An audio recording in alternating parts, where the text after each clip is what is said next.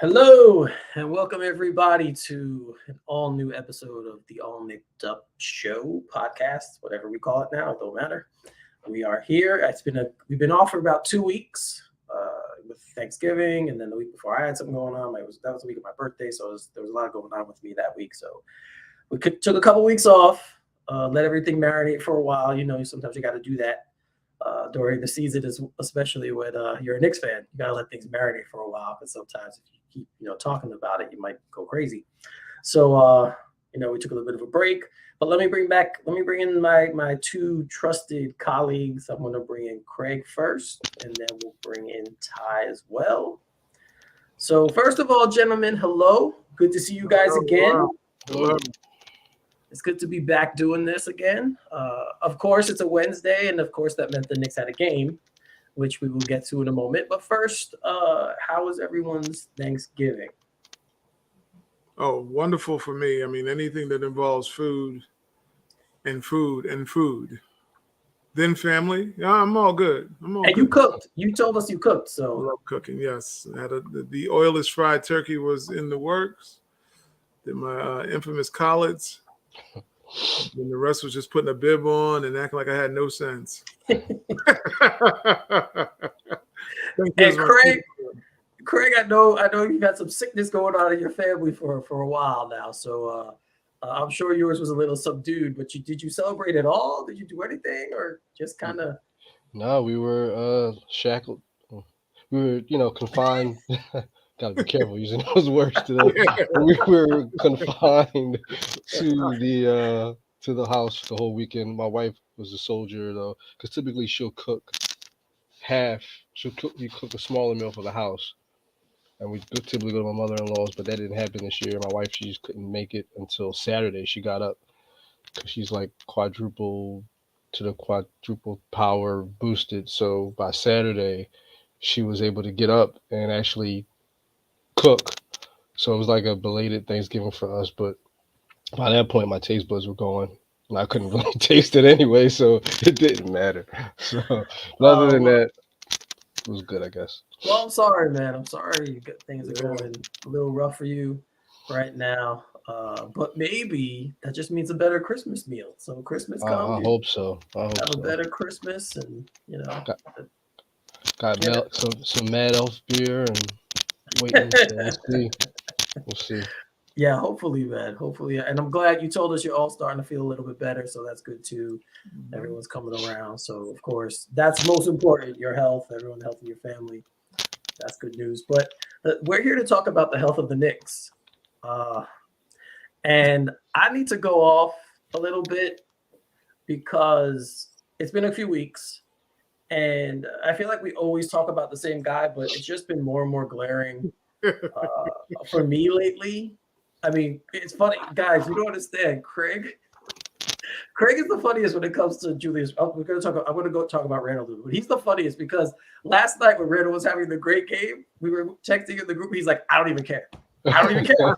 I don't give a damn how good he's playing tonight. I can't even watch him anymore. And that's really what it's come down to. Like, even when he's having a good game, you can't enjoy it because all the stuff, and part of it, I think, is expectations we have for him that grew out of the season he had, right? So when you have a season like that, you raise the bar. The level is high. You're expected to play that way all the time. And it's looking more and more like that season was just a COVID pandemic-induced outlier because for some reason, when people are watching him, he's a different player. And what I can't stand anymore is watching the games is his complete lack of effort on defense. I can deal with guys missing shots. See, that's why I don't get as down on RJ Barrett, which we'll talk about him in a little bit. But I don't get as down on him because I never question his effort or his want to win.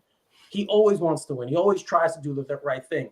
But this guy, I mean, no effort on defense. And I've said it on the show, and I've said it to you guys privately. One thing goes wrong in the game, he's out. Mentally, he's out. And it happens all the time now. Like it's so. Ever since I noticed it, I just wait for it. In the group, I always say, "Guys, it's coming." Or I'm like, "Guys, if he gets into an argument here, it's done. He's done." And it happened again tonight. It was in the second. He started out pretty well again. He started out shooting the ball well in the first quarter. And then he got called for a foul. He started complaining. And even I said it. And then I think like 5 minutes later, Ty's like, yeah, he's gone. Like, he's totally done. And I can't watch him anymore. I just can't watch this guy play basketball for this team anymore. And like we said, even last night, I didn't see a lot of the game, but because I actually went to the movies, I forgot they were playing, and I was like, screw it, I'm just going to go to the movies. So I didn't see a lot of the game. I watched a little bit of it on the rewind or the replay that they have on MSG when I got home, just so I could have a little bit of information. Yeah, he was fantastic. But first of all, it was against Detroit, who didn't have Ivy or Cade Cunningham. Neither one of them were playing. Mm-hmm. So what does that really matter in my eyes? And then, like, you follow it up with this game tonight. Like, this was a bigger game. This was the Milwaukee Bucks, right? Like, at home, Madison Square Garden, your home. And he just doesn't play the way a star, I'm not even talking about a superstar, just a star play, an all-star is expected to play. And we've been watching it now, and I've said many times when he first came here, I defended him. I thought he played all right. I was like, there were some issues with why he was playing the way he was playing. And I think the first season was still Fizdale, right? So yeah, like I couldn't really put much into it with him. And then you have the second season where he was great. So everyone's like, oh, he turned the corner. He finally dedicated himself to basketball. And then again, the Atlanta series, the playoff series, and then it just totally has snowballed since then. I cannot watch him play anymore. I do not want him on this team. Every time he gets the ball, I'm just waiting for something bad to happen. And on defense, I said this before in the group, if a guy's more than 5 feet away from him, he's not closing out. That three that Giannis hit tonight, yes, I know Giannis isn't a good 3-point shooter, but you don't give that much space. He was like almost at the free throw line when he shot it. It's just over and over again with him. And again, part of it is expectations, but when you play like that and you get that contract, that's part of the deal. You're going to be expected to play better. We talk about it with RJ too now, right? It's the same thing with RJ Barrett. He got his contract. We're expecting him to play better. And he hasn't started out the season well. It's a trend with him. He's starting to come out of it now. He had a really good game tonight. Played very well. Missed the shot at the end, but still, I was thinking, I'm like, I only want him or Brunson taking the shot. That's what I was saying. One of those two guys, that's it. I don't care. One of them have to take it. He took it, back rimmed it, was a little strong. Was online, was just a little strong. Mm-hmm. So I mean, again, they're different. It's the expectations for him, but just different expectations because he's still kind of on the come up. Where Julius, all NBA, all-star to this. And it's about the effort. It's always about the effort. Like I said, I can take guys missing shots. That happens in basketball. You can have a terrible game, but you better be busting your ass on the other end to make up for it. And he just never does. In fact, it's the opposite. If he's bad offensively, you can just forget about it. So there were some rumors that came out today. We're going to talk about them a little bit later when we get into it. But guys, we can talk about tonight's game if you want, but I'm a little out of it for now. So either one of you want to start talking, go ahead. Well, for me, excuse me, might be catching what Craig got. I don't know. It's the Julius flu. Yes, I think that's exactly what it is.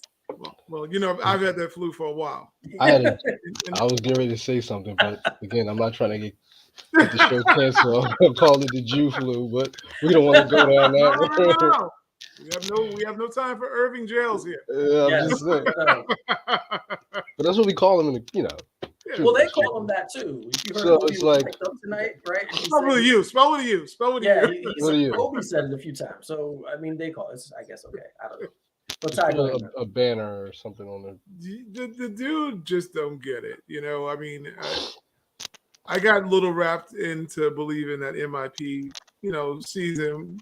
Prior to that, we have always said, about Julius' awareness. I didn't mind the signing, obviously, but initially, but it was just how he was utilized, and we could easily have passed that on to Fizdale's philosophy or whatever you want to say, fuzziness. But you figured, a new coach will come in, maybe he can change around a little bit of the wiring, and then it was a perfect storm. Tibbs come in.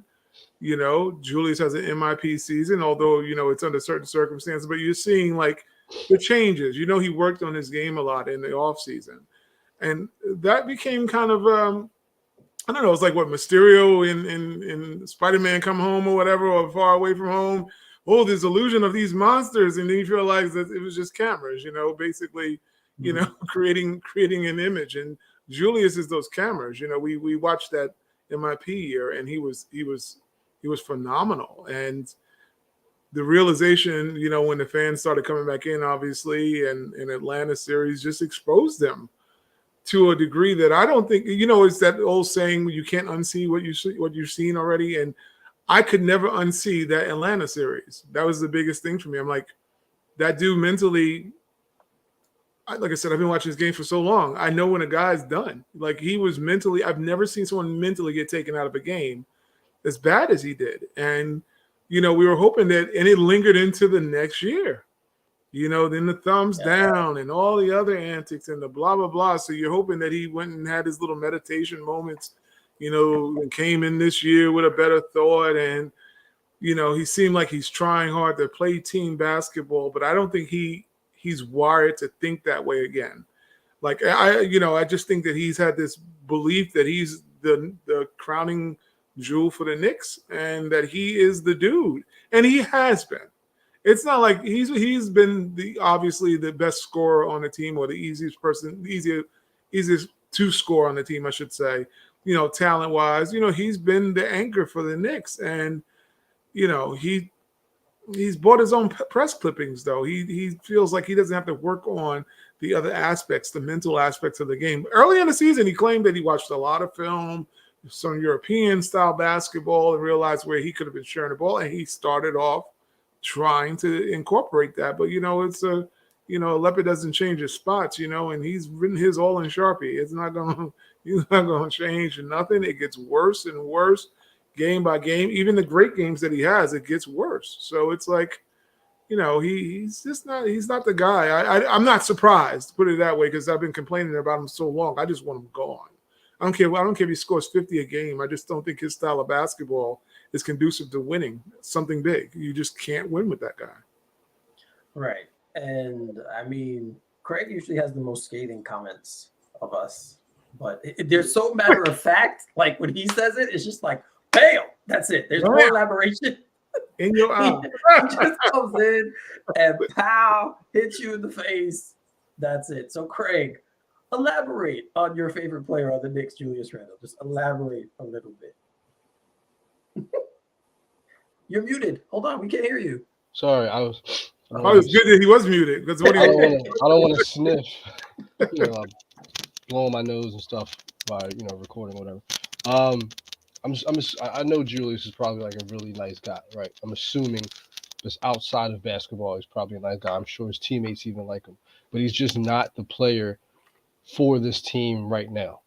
And I'm not even going to say he's not a winning player. He's not a good basketball player, because if you put him on a Milwaukee or a Miami or, a Portland or a Boston, I don't know he would necessarily destroy the chemistry that those teams have. I don't think he would, because I think that for as hard-nosed and demanding as Thibodeau is, I just think, like Ty said multiple times, after a while, Tibbs' voice just gets, drowned out. He drowns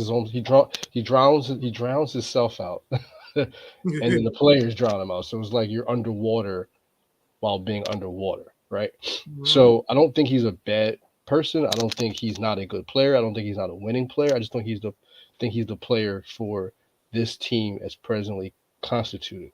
As I'm watching the game tonight, my wife asked me, she's like, "Who did he play?" I'm like, "Milwaukee," and she's like, "Huh, okay." She's like, "Well, what's wrong?" And I'm just like, "It's Julius." Like, he's so maddening, and like, she's a math person, so I'm like, "What's the terminology in the mathematics field where you're not a negative, but you're not a positive either?" And she's like, "I don't know," but that's how I see him. He's not a negative. He's not a positive. It doesn't matter that he has, he had an efficient game last night. It doesn't matter that he had a somewhat efficient. He played like the team kind of played well tonight, right? Like Julius played well. RJ played well. Brunson played well, but not typical Brunson. It wasn't a typical Brunson game, right? He just was average, but his average is better than any other average point guard we've ever had. So he kind of gets a pass tonight. But with respect to Julius, he just does things that are very, very frustrating. He's like a toddler, Mm. and he's literally like if you take out his losing it in the sense where he gets a bad call against him or he's not shooting well or playing within the team concept. He's just there, and him being there is somehow has you stuck in like the plot of uh what's the Christopher Nolan movie that was so convoluted. Inception. It's not Inception, Interstellar, right? For as great as a movie it was, Yeah. sometimes you got lost in the plot. I'm like, I'm trying to follow this dude. What are you doing, right? But Mhm. that's Julius. Yeah. He's so like wrapped inside of like he has the talent to be there to be a really good player, but for this team, the things that he's doing is not equating to wins. No value. There we call it. No, he's like it's a mismanagement of a value and of an asset. And it's literally unfolding right in front of our eyes. And it's frustrating to think that Leon Rose, for as much as I like the guy, may not even be considering trading this guy. Mm. Like if Phoenix called tomorrow, I know we're going to get into that, and I don't want to talk about the game, so hopefully this could be a segue into that. If Phoenix, I'm saying it that serious. If Phoenix called tomorrow and said, "Hey, we'll take Julius off your hands for this and this," and just throw us a first round pick, like you said earlier, Eric, right? I can just see Leon just like I can see him saying no. And if that ever came out and he said no to that, it was like, dude, you have to go too then. Tibbs, Leon Rose, you all have to go. And that would be the point in which I would love for Dolan to say, listen, dude, like, seriously, what do you see in this guy? There's nothing there. He doesn't fit this team. He takes away from what RJ, he's almost getting there for me, but I'm gonna let it go. Because I would want to see what he can do without Randall being there, right? Mm. Brunson should be the catalyst of the team. Brunson, and it should be split between Brunson and RJ. They should be the ones carrying this team right now, and everyone should evolve around, rotate around them. But they can't because it's Julius Randle.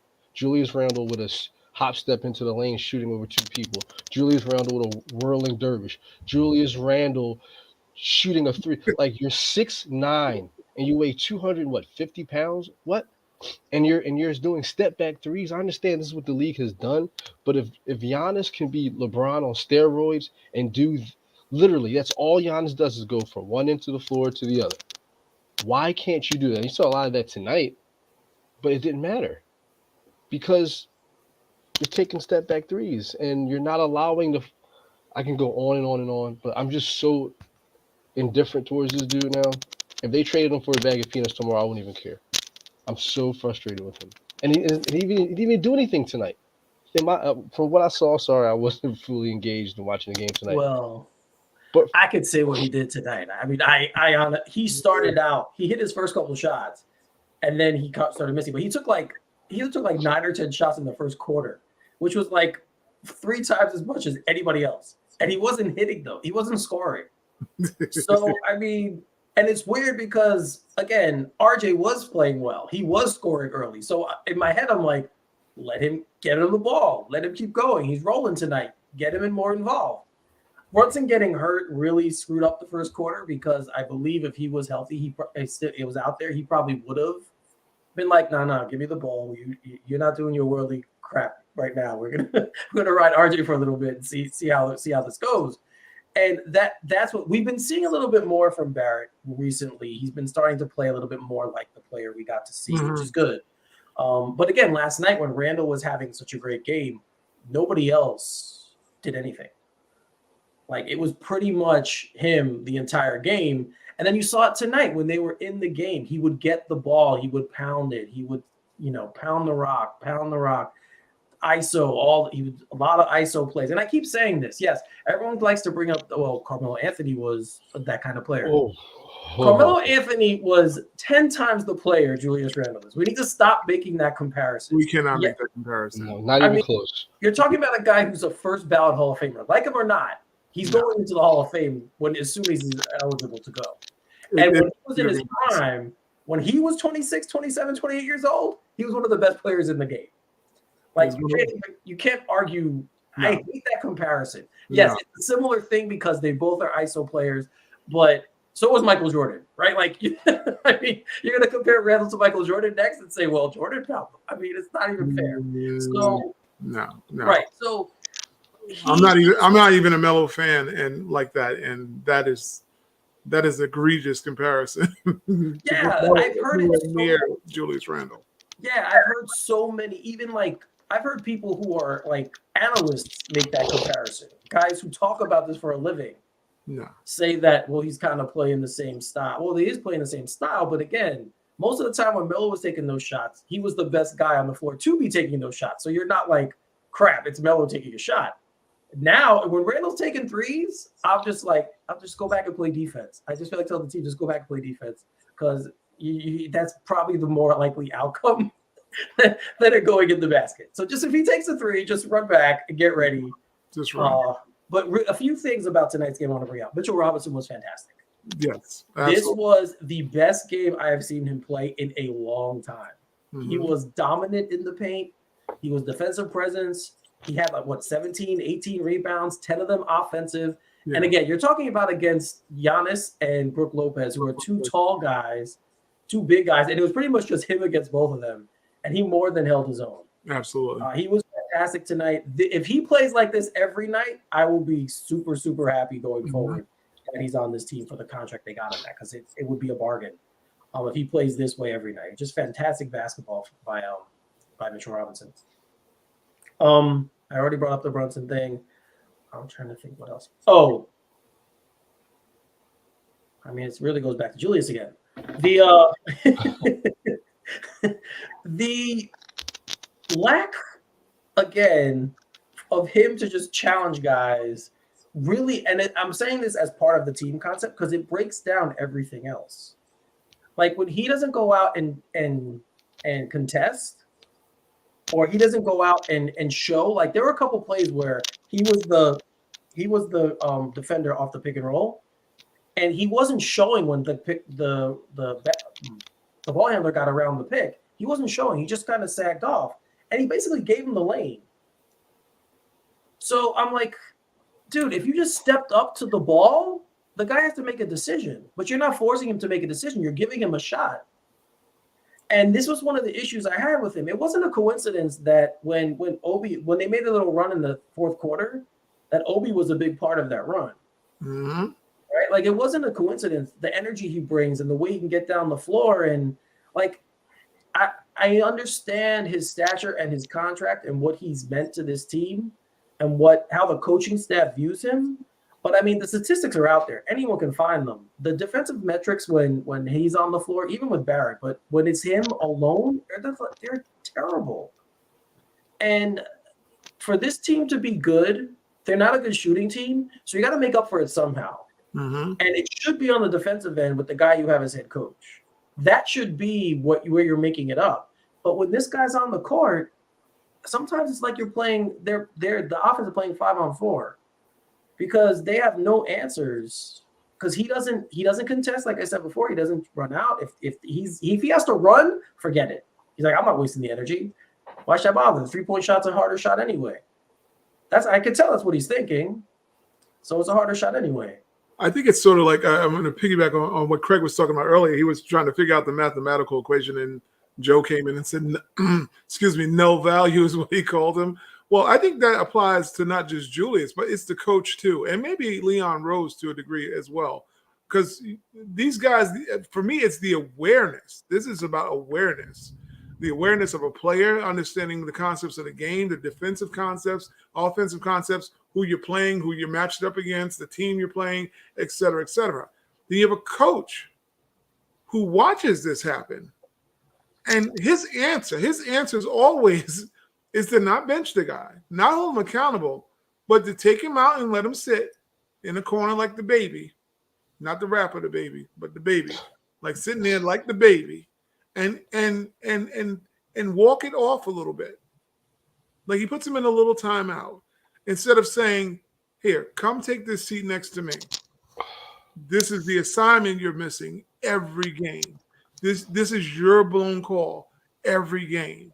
You spin or whatever it is you do every game. You jump up in the air to pass every game." All of these things are every game occurrences. And it's not an exaggeration from a Knicks fan who don't like him.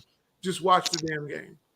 It's going to happen. It's not if, it's when and how many times, because it's going to happen every damn game. So it's an awareness on the player, it's an awareness on the coach, and it's awareness on the front office to a degree, because this is the guy you invested at first. This is your centralized player, whether you want to say you paid RJ, then you bought in Brunson, you still got this guy acting as a franchise player. Like it or love it, that's who he is seemingly to these guys. How you have the awareness that you saw RJ Barrett one of these games. You buried Evan Fournier on the bench for all these things. If you want to go back another season, Kemba Walker got buried for the same exact reasons that Julius commits these criminal acts on the floor, criminal basketball acts, let's clarify, criminal basketball acts on the floor that anyone with a grain of salt of sense of basketball knowledge knows that you pull this guy and say, hey, we're losing this game because of this. You have a coach that is supposedly, because I get tired of that narrative. If it's Breen or if it's Wally, Tom Thibodeau's pissed. Well, not as pissed as us Knicks fans who have to watch that crap. You're not that pissed because every game you have this scowl on your face as he commits the same blunders. And your excuse is to go, I'm not going to blame him. I'm going to blame Obi. I'm going to go pull Obi. I'm going to pull Cam. I'm going to pull all these guys that are giving that effort that you ask of a player. When you think about Tom Thibodeau, guys like Obi, who does anything he asks him to do, guys like Bron does anything he asks him to do, Deuce McBride does anything he asks him to do, and you have a guy that you feature who won't listen to a damn command you actually give him. That's awareness issue. That's an awareness of that coach, or the front office, and the player. That's the trifecta that's killing the Knicks. I mean, granted, yeah, we want RJ Barrett to obviously improve. Yeah, he's got some questionable layup packages that I'm like, I don't know what the hell's going on with those. I don't question whether or not RJ is trying to play to win or is committed to winning, or the energy is not directed to try to make something big happen. I think that's really one of RJ's biggest problems. He wants to make big moves or make big plays or like that home run. He's like a home run hitter. He's just looking to swing at home runs. He's not looking to go, maybe I need to get on base. Maybe I need to drive home somebody. And that's the concept that he's missing on the court. But I never said, I don't know. I don't think RJ Barrett wants to be out there. Or I don't think RJ wants to play defense. This dude is an albatross. This is where our issue is with the Knicks. I don't care if he gets 45 points, averages 45 moving forward. They will lose every game still. I mean, it was a perfect example of it is when RJ got fouled on the 3 tonight. He hit the first one, he missed the second one, and then he made the third, and he was visibly upset. Like, he hit his head. Like, he was upset about it. I've never seen Randall do that. I've never seen him be upset about anything. You're blaming the ball. Anything. Yeah, exactly. And I said this before. There are times you watch him play, and certain guys he won't pass the ball to. RJ is one of them. He will not pass the ball to RJ. He just doesn't do it. It was happening. It's happening in the first couple of years when he had Bullock and Peyton was doing the same thing. That's why when people look at RJ, and don't get me wrong, this ain't bail RJ out moment. No, we're gonna talk about it. So. RJ deserves the criticism. Don't get me wrong about what he's going through now. But I was speaking with Joe about this before.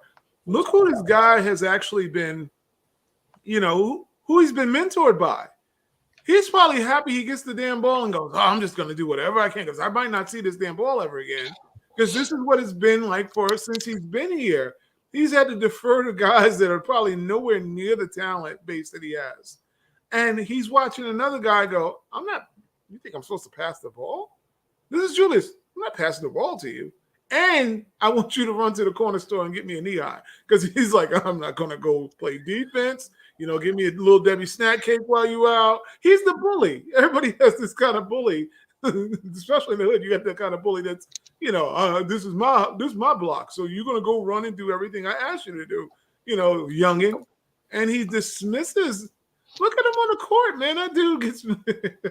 I just want to crawl through and choke him. If there was a matrix button I can crawl through with no Neo and I could choke the hell out of him, I would, because when I look at what he's doing, he's dismissing the other talent.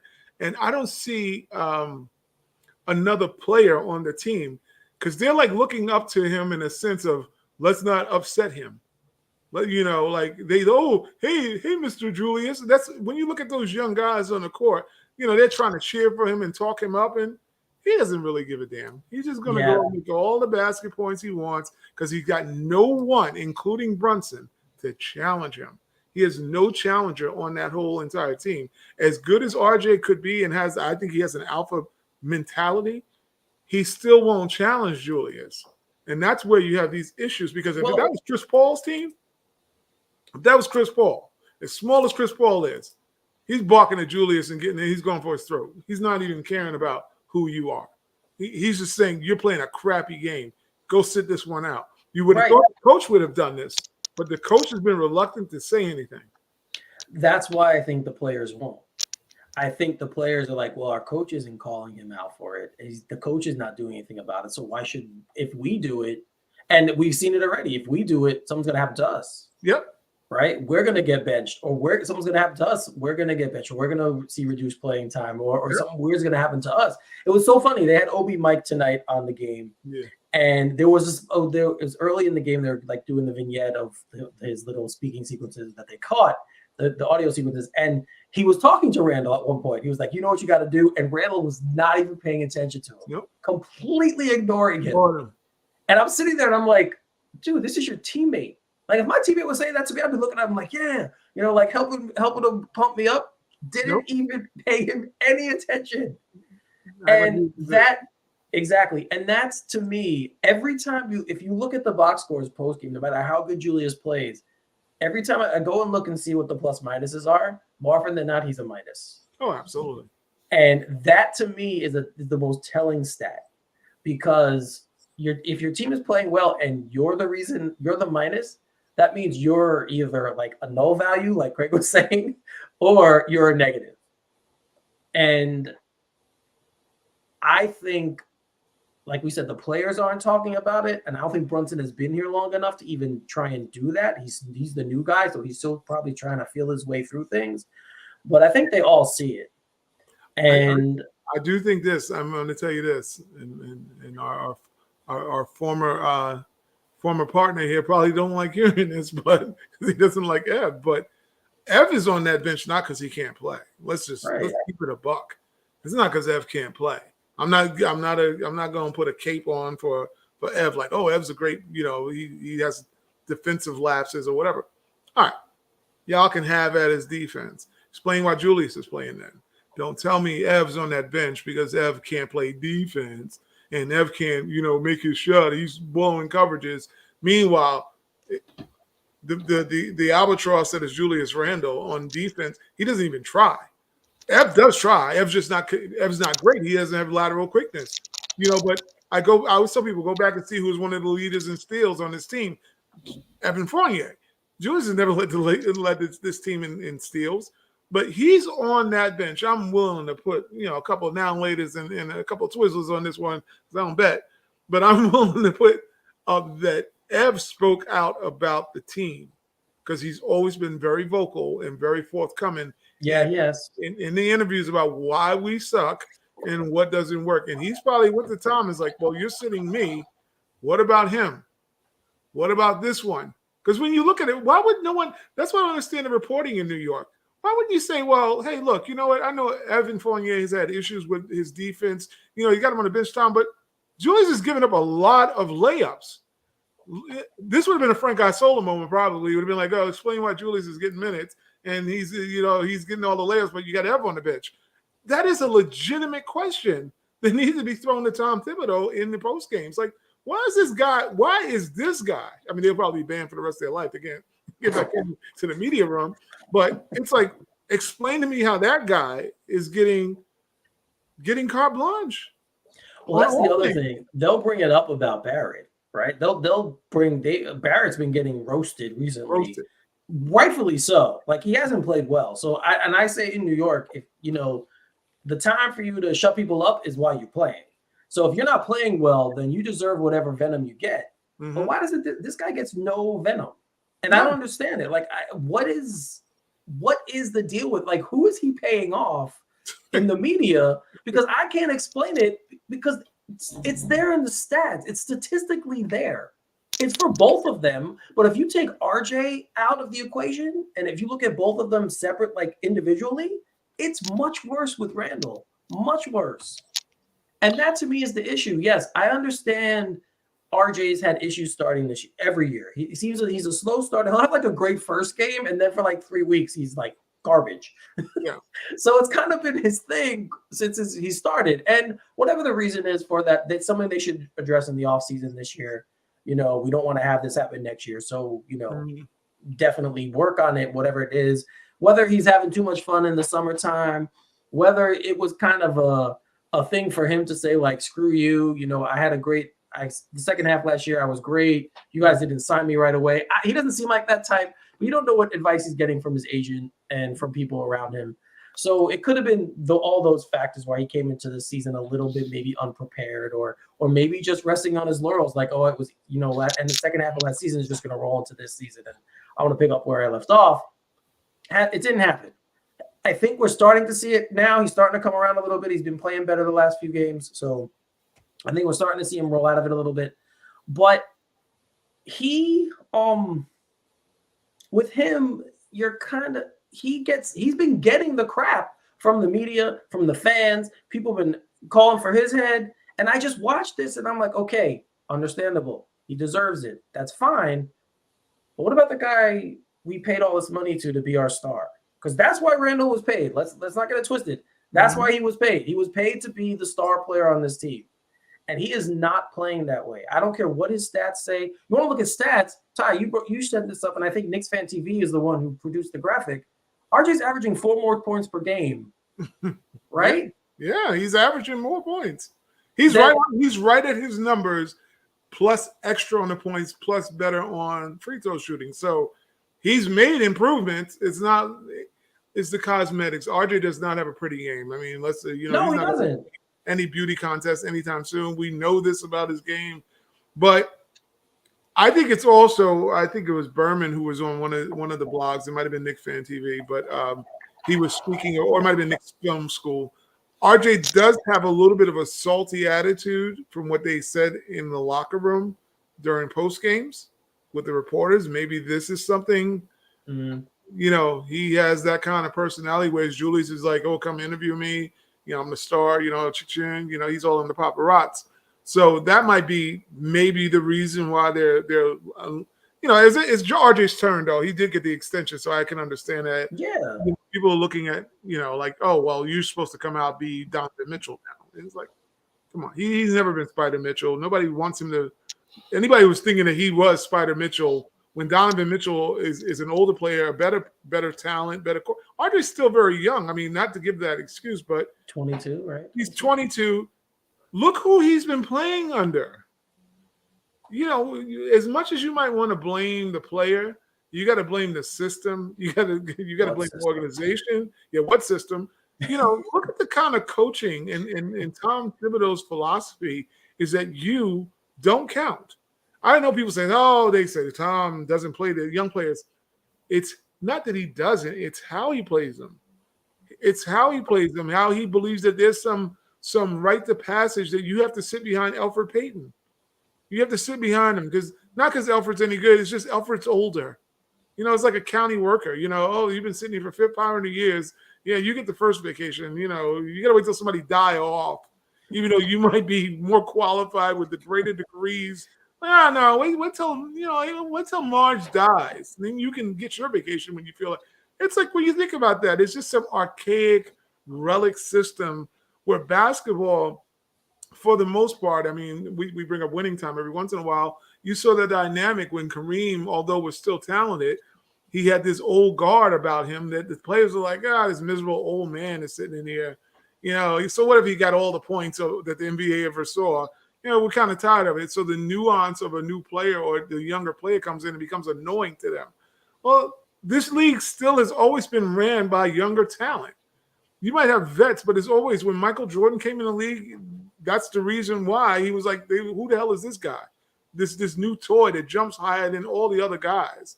Yeah, that might be some players it's some envious that goes on, but the game has always been ran by young legs. It's not ran by old legs. You don't start with an old team. Your team gets older, and then you move on. Tom Thibodeau's theory is like, no, we're Benjamin Button in this. We're going to take the oldest player and hope that they get younger. And then all of a sudden, maybe we'll go back. Maybe we'll be the Showtime Lakers by the time we're done. None of these guys should be starting. Look at what we had last year. None of those guys should be starters anywhere in the league. They've been notorious backup players. Julius was 6 man, backup player. There's no reason, and even though you brought him in here, there's no license to kill. Like, he has to be a starter. He has to be a starter because you paid him so much. No, they've always been. There's not one guy who has been a starter really on this team outside of even Brunson. When you think about it, was a backup bench player until he rose up this past season. Right. Now, yes. Everybody's always now he's a legit starting talent. Yeah, but Julius was never like that. Like Julius came in like he was Dame Lillard, and he came here like, oh, Dame's been starting for 500 years. It's like Julius came off the bench in New Orleans. And in LA. That dude. Yeah, I think the thing with Julius is, and it just came to me listening to you guys. I think it has to do with the front office, and I'm not going to put. This is not me trashing the front office because I think in fairness, trash away. Go ahead. With respect to waste management, nuance, right? Like they've done a good job. They haven't done a great job. They haven't been bad, but they haven't made the bad move. They haven't made bad mistakes. They've got good scouting. They've got good analytics people. They've drafted well. Yes, they've drafted well. They have, they've got a lot of people in there that have made a. If this was any other team, Stephen A. the what's the guy on ESPN? There's a lot of them. There's a lot of them, but he's on. If you're saying bad ones, JJ Redick. No, not JJ Redick. Richard Jefferson? No. It's the guys who they've never played the game at all, but they're real. I cannot think of his name right now. Zach Lowe? Yes, the Zach Lowe's of the world, right, would say, oh my God, the Philadelphia 76ers or the Boston Celtics went out and got every person that the Knicks have in their front office, and he would just, wax poetic about how great these moves were, right? But because it's the Knicks, they know the moves were made, right?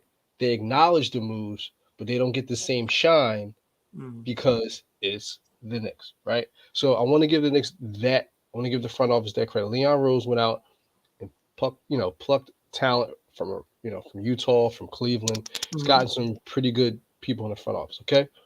With that being said, with respect to Julius and his front office, because Leon Rose is an agent, he's handling it like an agent, right? He doesn't want to, I could be completely off on this, right?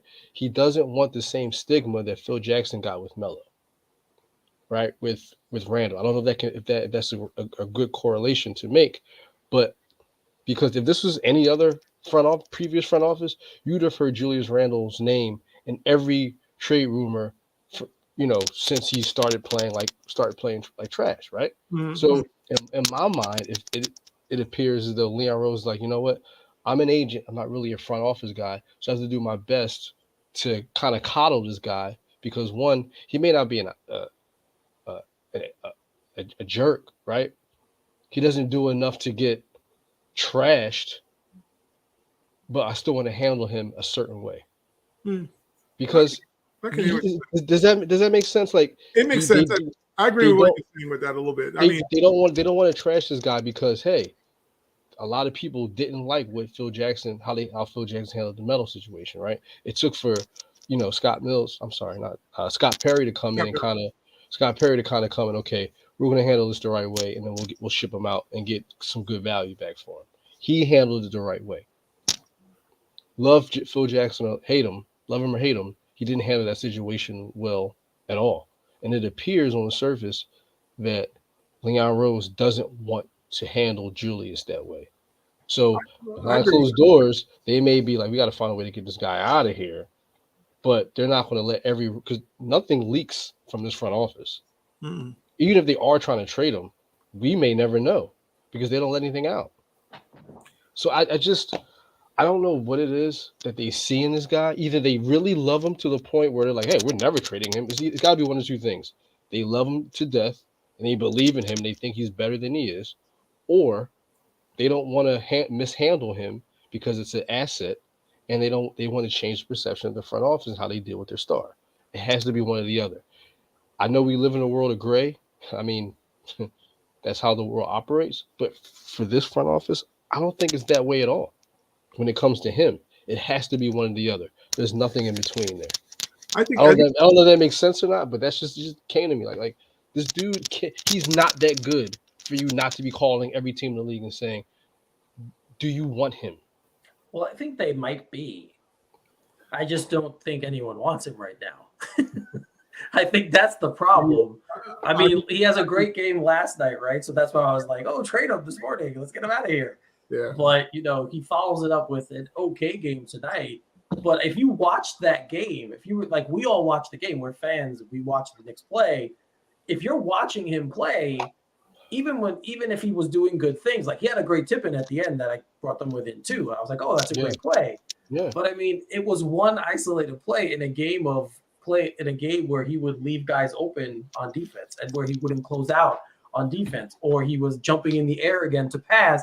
He had an up and down tonight. I had not seen an up and down in an NBA game I couldn't even tell you how long. Yeah. That's funny. Because I missed part of the game, but if he had an up and down, and then he turns to the ref and complains. Yes, like, he complained. He turned around. I'm like, dude, you jumped up with the ball and you landed with the ball. You did not pass the ball. That is the definition of an up and down. Up and down. That's what you did. They call that in the park. So yes, yes, that is the definition of an up and down, and you just did it.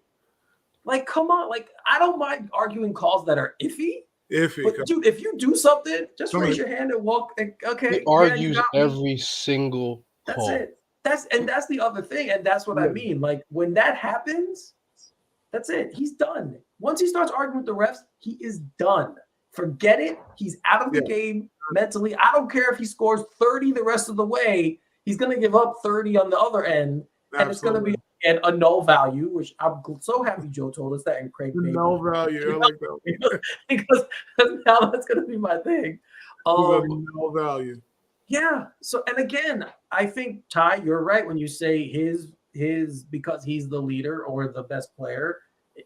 I think Brunson is, but if he's the best player, it trickles down from him and it impacts the other guys and they see it and it impacts the team. Attitude, they always say with attitude reflects leadership, right? So if he's one of your leaders, other guys are going to start feeling the same way. It pisses me off when they're losing and I look at the bench and I see like Reddish laughing or something like that. Like that stuff pisses me off. When I see players on the bench, when I was an athlete, if we were losing, I wasn't joking with anybody. I was thinking about ways, okay, how are we going to get back in the game? How are we going to play better? What can we do to improve? I'm not laughing about that. If we're winning, shit, laugh away. Like last night, they could have laughed all game. They won by like, they won. They slaughtered the Pistons. It wasn't even a game. But when you're losing or you're in a tight game, I don't want the laughter. Don't be laughing on the bench. I don't want to see that. You should be focused on the game and what you have to do to improve. And I think, again, it comes from your best player. Yeah. Like you don't see Giannis is as intense a player as there is in the NBA. You don't see guys on their bench laughing. You don't see guys, they are focused on the game. What's going on the court? Our best player is out here busting his butt because no matter how you feel about him, he plays hard every night. Dude, that guy is he's a tremendous player, but he backs it up with the effort. Yeah. So if you're giving the effort, that's what guys follow. And like I said, RJ probably like, why do I need to close out on guys? Julius doesn't close out on guys. Why do I need to close out?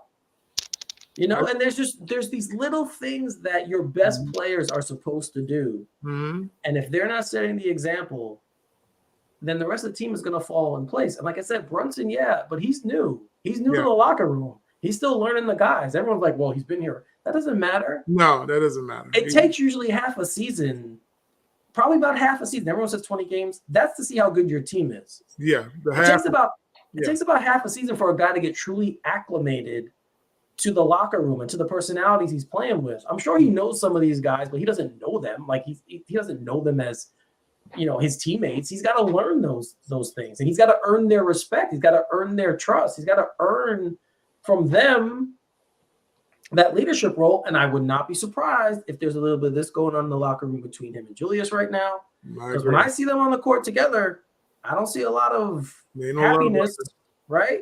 I don't see a lot of dabbing each other up. I don't see a lot at all. No, I don't see any of that. So, and I think that impacts the younger guys. I really think it's a trickle down effect. Because the only guy we always see is always happy is Obi, and I mean he's just a happy guy. Like, it was awesome to watch the mic'd up segment with him tonight because, like I said, I love this dude. If they trade him, I'll be so bad. My question is, how can the front office not see just the aesthetics of it, right? How can you not see that, yes, Julius may be a better player, a more polished player than Obi, but how can you not see that there's for what it is, the NBA is still a business and it's still entertainment, right? And it's kind of like it's you see Julius plodding away and step back, jab, 3-pointers, and all this crap that he does on the floor, and then you see, Obi out there. I'm trying to think of a good comparison between the two. They play the same position, and we all love Christopher Nolan's Batmans, right? But it was more brooding, right? But then the Schumacher Batmans were like neon lights and flamboyant, extras and all this other crap. Like, they're two different personalities. And for as much as Nolan and Burton's Batmans were really good and brooding, right? But they get really, really, if you're not that type of personality, it gets it's stale, right? But if you're watching a Marvel movie, MCU movie, it's light, it's explosions, it's laughter, it's good banter, good dialogue. They're two different things. Mm-hmm. And I'm sitting back and I'm like, your front office, you got World Wide West, you got all these young people on the staff for the most part. And how are you not in Leon's ear saying, we have to get Randall out of here. You have to find a way to get him out of here so Obi can just, even if the Knicks are going to be bad, we see what Obi can do on the floor. Like, even last night, they're up 30, and the oop that he caught with one hand, like, it's like that is, and then if you couple that with his personality, I'm in the making. Like, it's so frustrating. Get this guy out of here. I got told wise wisdom earlier today by somebody on the staff. They said can't serve two gods or two people. Who said that? I don't know. Somebody in the left hand corner of my screen. He Some can't guy say said that. I don't know. He's not allowed to say master though. But I think that's the conflict when we talk about like the front office. Mm-hmm. And I don't think there's a. I just want to address a couple of things you said before. You were talking about, do they see it? Yeah, they see it. They see it. I don't think that they don't see it. And another thing, when you're saying about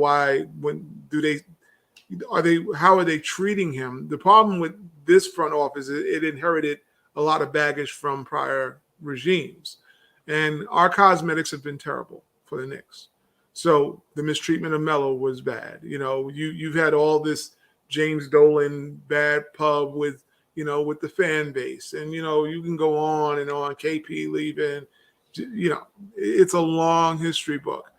Now you have a guy like Julius Randle, and what the Knicks want to show more than likely is that they invested in a player and they're all in. So if you came here as a star, look how we treated a guy like Julius. Imagine if we got you, we would do even more for you. So he's advertisement for the Knicks for that player that may come in, like a Donovan Mitchell wanted to come, or whoever else wanted to come that might be a star talent. Like, we took care of him. We're showing you we can be a stable organization that does invest in their player long term and don't give up on just when it gets rough. That's part of the problem. The Knicks are now trying to basically keep this guy's value up, although it's extremely low. So they're not going to talk down about him. They're going to keep him as the head of the snake, all the et cetera, because they know if, God forbid, they admit it, that this guy is as bad as everyone else sees him as, they never will have a chance of trading him at all. So you're going to see Julius bobblehead nights. You're going to see a whole bunch of, Julius, let's get him on the all-star ballot. He's already there. Yeah, the G League ballot probably. But you know what I'm saying? Like, they're trying to push him up and give him, increase his cachet in the league so he can be tradable. But it would look terrible. Terrible, I know, because this is why he got the extension. How dare you let this guy become an MIP and trade him? Because the Knicks have never been about basketball. Knicks have been about cosmetics. That's why we have no rings since I was born. I'm trying to tell you, they've been always about getting the big name or the marquee. We've never had basketball minds run the Knicks enough. And we're looking at Leon Rose. At the end of the day, he is, much like Craig said, he's an agent. What does agents do? I'm going to get the best value by pumping up my player, so you sign him to the best contract he can possibly get. I'm going to get you the best money you can get. That's what he's trying to do when trading off Randall. And here's where the problem lies. He's not worth what they're trying to trade him for. He's not. He's probably worth some of the guys that we're going to bring up, that he's actually probably worth when you think about his talent level, where he's capped out. He can't get better. He's not going to get better. He's not getting better. But this is going to be the guy you're stuck with for the remainder of your contract. It's not like he's all of a sudden going to get an epiphany and become, Larry Bird. It's not going to happen. But this Phoenix, I'm sorry, I don't want to give too much away, but there's a team out there that you can do two of those things, right? You might have to give up something to get rid of him, but you can essentially take care of him by sending him to a team that is ready made to win a championship. So it's there waiting for it to happen. Like, it's literally there for you. You can accomplish two. Always you guys know, talking to me. Two things can be the truth. Two things can be true at the same time. You can still look like a competent franchise who takes care of your players while sending him to a team. You can get off of him while still quote unquote taking care of him and sending him to a ready-made championship team, which would do wonders for him, right? So you can do it, and it's there for you. It's literally right in front of your face, and they're not doing it. Who's the two masters that Leon Rose serves? I don't know. I mean, that's. I can answer it. It definitely was a rhetorical question. Please. He serves two. He serves the organization, and he serves Tom Thibodeau. Tom doesn't want Julius gone. If that's the case, then Tom's got to go. He's got to go. They both need to exit. That's the issue, because Leon, as president, if he was doing basketball jobs, if he was just doing based on basketball alone, you would have shipped that guy out and said, we got to get from under him, because our team, the total talent of our team moving forward is better without this guy than with this guy as the head of it. That's part of the issue. He can't go to Tom Thibodeau, because Tom Thibodeau, his buddy, Ace Boone, is sitting there going, oh, no, we got to win. I came here to win. We got to get to the playoffs. This is not a playoff team. This not that kind of playoff team. You're going to get in there and get bounced. The first round, you're getting bounced. We're not at that level of playing against Boston and Milwaukee. Milwaukee tonight, Giannis had one of probably not his greatest game, and he fouled out, and the Knicks still lost. And they shot terribly from three. And they shot terrible. So this is not a playoff team. If you get in the playoff and play-ins, you luck, because someone probably got injured at the wrong time, and that's how you would back into the playoffs. You're not getting in there by being an 8th seed or 6th seed. Knicks aren't that. They're a 500 team, and they might be a below 500 team right now. They at one point I was like, maybe they'll go 41-41, but no, they're probably going to boil like 38 wins this year. But my point is that Tom Thibodeau, it's when you think about the root of all the problems on the Knicks right now, it's the coach. Because the reluctance of having a coach that's unwilling to discipline a player, to play in a new age system, and to reward guys that should be rewarded is not happening. And who's got his back? the president. So this is Leon Rose's issue. He's serving two masters. He's serving the Knicks and he's serving his friend. And that's where we need to move both of them out of New York. Or you're never going to win with this. You're never going to win with this. Yeah, I mean, it's a hard thing for Rose to move on from Thibodeau since they have a relationship, and you know it's a hard thing for him to do. Like he would have to. You're basically swallowing a huge pill by saying, yeah, I screwed up hiring him. And you know, again, like we said, he won Coach of the Year. You had Most Improved Player. But again, you have to look back at the things about that season, with it being a COVID year, no one playing. Like there's a lot of things involved in that season that were anomalies, and you have to look at it that way. I do think that I agree with Ty that they see what's going on. Like they know what's going on out there. I just don't think they're sure which way to go. I think they're trying to figure out. You have half the front office. We already know that Worldwide West told him last year to get rid of Tibbs. He didn't want him here. He said, I don't think this guy's for modern day basketball, which gets continually proven every night that we watch the team. Every night. But I mean, you know, we're not seeing it. And I like Tom Thibodeau as a person. I think he's a stand-up guy. You know, he has a philosophy. He sticks to it. I like people who stick to their guns and don't change.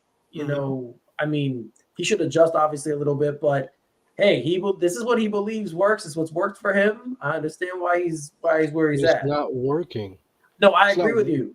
It's not working now, but it's what got him to this point in his career. So he's not in his mind. He's like, well, when things start to go bad, you're always going to revert to what got you there. So that's what he's doing. He's just, when things went bad last year, that's what he did. He started to go back to being the coach he was beforehand. And I mean, I give him credit too. He's playing like 10 guys a night. I'll give him credit for that. He's playing a lot more on the bench. He's giving the young guys opportunity for that, which I never thought I'd see. But again, it's how you discipline them after the fact, right? Like you're very, very quick to pull an Obi or to pull someone when they're not playing well, but you let Randall do whatever the hell he wants and get away with it. And that's really the crux of the problem with the team, and there might be a solution. So today we got word that Craig sent this to us in the chat. So thank you, Craig, again, for being our crack news reporter that we have here on All Knicked Up. He sent us this. Yes, he said. I was gonna say Craig Windhorst, but I wouldn't want to do that. So no. So we got word that the Phoenix Suns we all know that Jay Crowder's kind of been on the guy they want to get rid of over there. And Brian Windhorst said that they're looking for a power forward. Well, we have one. We've been talking about him. We have one who fits their timeline because they're a more veteran team, right? They have Chris Paul, they have Devin Booker, they have DeAndre Ayton. They have these three really, really good players. Monty Williams, great coach. Right, Monty Williams is a great coach. You know that if they were to get a player like, say, Julius Randle into that environment, like Ty said before, Chris Paul's not going to put up with his crap. Nope. So he's going to check him real quick and be like, dude, this is my team. You need to fall in line or fall out. Like, that's pretty much what he's going to tell him. And it kind of, when I think of all the teams for the way they play, he might actually be a really good fit there. Absolutely, without a doubt. Right. And I'm not saying this because I want to trade him. I'm saying this as a basketball fan. It's a good fit. Yeah, it's a good fit. When you look at the style he plays, he's a good rebounder. You know, he can handle the ball a little bit, but he won't have it as much there with Booker and Paul. So you have a guy there. Whether they start him or bring him off the bench, whatever they decide to do, I think he'd be a good fit there. I think the question is, what would be the package, I guess, for him? I put together a trade before where I said we could trade Randall for Dario Saric, and now I'm forgetting who else was in the trade. Someone else. Oh, and Crowder, of course. Crowder and Saric. It worked. I'm in. Let's do it. I would do it 2 Let's seconds. Do the trade. I know Ty said you think the Knicks would have to get a pick. I think it'd be the other way. Yeah, you got to give it a pick. I to get think rid of we'd this be guy. the one giving a pick just because Mhm. Randall's has 4 years left on his deal. So you want to give them something, Yeah. you know, as an enticing thing to carry on, or maybe one of the young guys. It wouldn't be one of the bigger ones, but maybe a Grimes, maybe a Quickly. I think the Knicks are probably going to think like I'm thinking about this. When you're looking at, you're giving them probably the keys to what they would probably be a chance of the chip. Yeah. Julius that. You're basically salary dumping Julius Randle to get back Jay Crowder and Sarge. I think that the Knicks will push back on that because we've seen how Leon has operated. You know, we couldn't get, they were holding on to, picks that weren't even ours, or they trying to give off picks that weren't ours, to get a superstar. So I'm just wondering, would they want to hold out? Phoenix does have picks from what I understand. I think they do have picks that they can send. I'd be shocked because I don't think Phoenix has a young talent the Knicks can get back because they're probably not going to keep Sarek. No, I mean they're not going to trade you like Bridges or No. Bridges is a major part of them. I just don't. Yeah. I don't think they have a young talent that they would be willing to forfeit to us in return for Randall. I'm just saying because Crowder, are you going to sign Jay Crowder to a long term? I don't think you would as a Knick. No. So basically, you're trying to get from under Randall. Yeah. It's a salary dump for the Knicks, and they're receiving back 2 assets that will probably be near expiring or whatever. They are. They both have this their last year. Sorry, last year. Then they're probably not going to re-sign Sarek because they want to free Obi up. If anything, you make that kind of move to give Obi starters minutes at that point. Right. So I'm just thinking that you might. I mean, we know it probably needs a third team to get involved, but I think the Knicks want back some sort of talent that they can say, well, we got back Julius not for just cap space, but we got him with a talent that we plan on utilizing. I don't know who they. I got to look at the roster. I don't know if they got who they got. Is Shamet still there? Shamet's still there. Yeah, still there, but I don't think he would be the kind of talent they would want to say a young growing talent. Is my point. I mean, Cam Johnson might have been that guy, but he's out for the year. year. Well, Cam Johnson would have been the dude. If I'm the Knicks, I would be asking for Cam Johnson. Yeah. Well, if they can wait, if they're not stuck on him playing this year, then they could do that. They could. I mean, but that's the thing about Leon, right? I love that about him, right? I love that about him in his front office. We want to. It's not about winning the trade. It's about getting value back. I can't be mad at that, right? Because for love him, hate him, Phil Jackson, he's like, I'm not trading first round picks, right? Steve Mills, Scott Perry, we're not trading first round picks. So for as much as we all hated those guys, except for maybe Scott Perry, right? And I know I love Phil Jackson, but we'll forget about him for a second. They had that's what they thought. That's what they stuck to. Leon Rose and can't believe Worldwide West. No, not Worldwide. The other guy. Brock Aller. Yeah, Brock Aller. They stick to it. Like we want to make sure we get value back. I don't care if it's 5 second-round picks. They want the value back, right? Which I love, but you have to see that this dude is not worth. You're not going to get a lot of value back from him, right? Yeah. So if you can just get from under him, and if I have to attach a first-round pick to it, I don't care. Get him out of here. But they're so worried about we want to get somewhat equal value back. They're stuck on that, which I respect. But it's kind of like in a marriage or a divorce, right? I want to make sure I get this back. But you really don't need it. You really don't need that back in the divorce. You just want to hold on to it so you know that you can say, hey, I got this back, right? And that's what it feels like Leon Rose in his front office is for him. He's not worth it. He's not worth the headache, in my opinion. I think a little bit of the conflict, too, lies in RJ. I think if you saw RJ come out tearing it up, I think it would jettison the need for Randall out of here. Because like I said, it's coming down to two people that they're trying to service the Knicks and they're trying to service Tom Thibodeau. And I think they're worried about his success, giving him an option to have the best season he can have because he's on the hot seat. He probably won't be back. He's probably not going to coach again.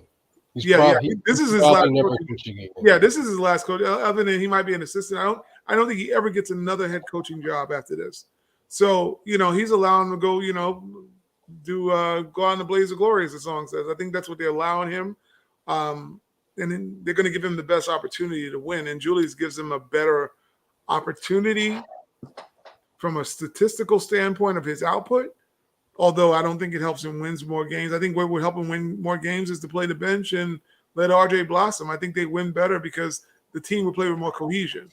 But they're, like I said, it's serving two masters, like Eric said earlier. It's like you gotta let Julius go at whatever value you can get for him for the betterment of the long-term effect of the team.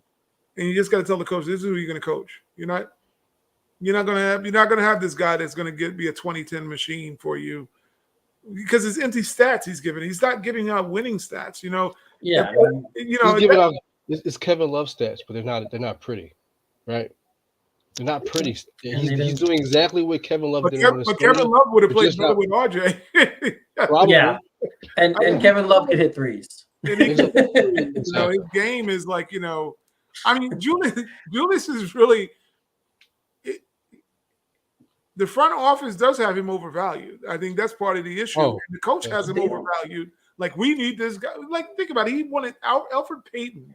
He wouldn't bench Elfrid Payton. There's no way he's trying to trade Julius Randle. Think about that. He didn't bench him until he had to in Atlanta. I mean, to the Atlanta series. He didn't bench him to that series. And I think he was forced. I think they just told him, get him out of there. I think if any other way, it's like he like Eric said, I got to respect that he has his philosophy and he's stubborn to stick to it, but it's not working. It's never worked. It's worked always the first season on any place he landed. Yep. Then any season after that, just wipe it away because I think it was Kenny Smith who says great effort will win you 41 games in the league. Just great effort. And that's what he always gets out of his team is great efforts the first year he comes in. Then he wears on them. And then teams make adjustments. The league adjusts. And he refuses to adjust. So he believes that what started him winning initially, he can roll it out for the next 3 or 4 years, and it's going to work. And it won't because at the end of the day, talent does win in this league, and also recognizing when to pivot and the change in, in philosophy on how the teams are running. This is a 3-point league. You think the Knicks might want to get some 3-point shooters, being that it's a 3-point league? No, and they don't even play the one shooter they have anymore. Yeah, he's chained to the bench. Tom Thibodeau plays. I laugh because I watch it, and it's just so eerie sometimes because I'm watching the new age how basketball is playing, and it's like zip, zip, zip, zip, zip, and they're getting shots up. Not that I love it, but I'm understanding what the league is like now. When I look at his team, it looks like the 90s Knicks. It looks like a team from the 90s got transported into a team of all offense. And he's like, no. We don't need scoring. We're going to roll out archaic players. I said, if Charles Oakley was available, he would have had Charles Oakley. But here's the thing though. Even if the Knicks had an Allen Houston who played in the 90s and I'll be okay with that. But they don't have an Allen. I mean, they have him in the front office. Well, they don't have him. They don't have Patrick Ewing, right? Like that's what they meant. They don't have that kind of a player, a Patrick Ewing type, who you can funnel everything through on both ends of the floor and win games. They don't have that type of player. They don't have Giannis obviously is more athletic than Ewing was, but he's kind of that type of player. Because when you look at the Bucks, they don't have another superstar, right? Nope. They just have Giannis, but he's enough. So he's enough to make them a contender. And that's what the Knicks were with Ewing. Ewing was enough to make them a contender. They didn't win, but he was enough to have them in the conversation every year. Yeah. So that's how I look at Giannis. They're different, obviously different players, both great defensively. Patrick was a better shooter. Giannis is more athletic. Like you can look at however you want to look at it that way. I agree. Mm-hmm. Right. But that's the type of team they have built around a guy who can do it all. They surround him with guys who can shoot the ball. They have a great defensive point guard and leader in Holiday. Like you have the right pieces around them to make them a contender. So that's what this team, like you're right. Thibodeau does want to play that style. He clearly wants to play because we see the defense he runs. He doesn't like defending the three. So it's all about still defending the paint. And Lonzo's playing in the paint or Shaq's, right. Double down in the paint. It's like, dude, nobody posts anymore. Jalen Brunson's the only. Jalen Brunson's like 5'11", maybe 5'10". I'm 5'9". And next to him, he's only like 5'10", 5'11". Like he's Probably not. 5'11". Yeah. See, Yeah. so you figure that this guy, I was bringing up the same point tonight. I brought up about Brook Lopez. I was like, the league is trending when you see a guy like Jalen Brunson is one of the best post players, and he's 5'9", 5'10". A guy like Brook Lopez, who was a whack defender in his prime, is now the Dikembe Mutombo. He's leading the league in block shots. He's one of the best defensive centers. Yeah, think about how crazy that this dude was known as a complete. He was all offense. The dude can't defend. Take it to his heart. He's not going to defend when he's on the Nets. This was the MO of this dude. He comes now. He's one of the best blocking centers in the league. Right. That's just you know how the game has changed. You can't when a slower foot dude, or you look like a guy like Jokic, a slower foot dude is one of the best passers and is a 2-time MVP. So that's he plays outside of the paint at his but size. That's why I'm frustrated, right? Because if you knew you were going to hire Thibodeau as your coach, then I'm sorry, instead of signing Reggie Bullock, I'm sorry, I'm going to say it. It's going to make Eric want to blow a gasket. But you should have signed DeRozan. You should have just gave him the 90. You should have gave him the money. Well, that's the style. You're right. That's what I'm saying. If you knew you were going to sign this dude as your coach, then DeRozan is a typical 90s player. You should have just signed him. You should have just signed him at this point. Because right now, we wouldn't be a sub-500 team. Sorry. DeRozan on this team, even with Randall and Brunson and RJ Barrett, you're not going to be a sub-500 team. I don't think so. That's just maybe a hot take. DeRozan was a free agent the same summer as Randall? No, I'm talking about this when they signed Bullock. When they signed Bullock, DeRozan.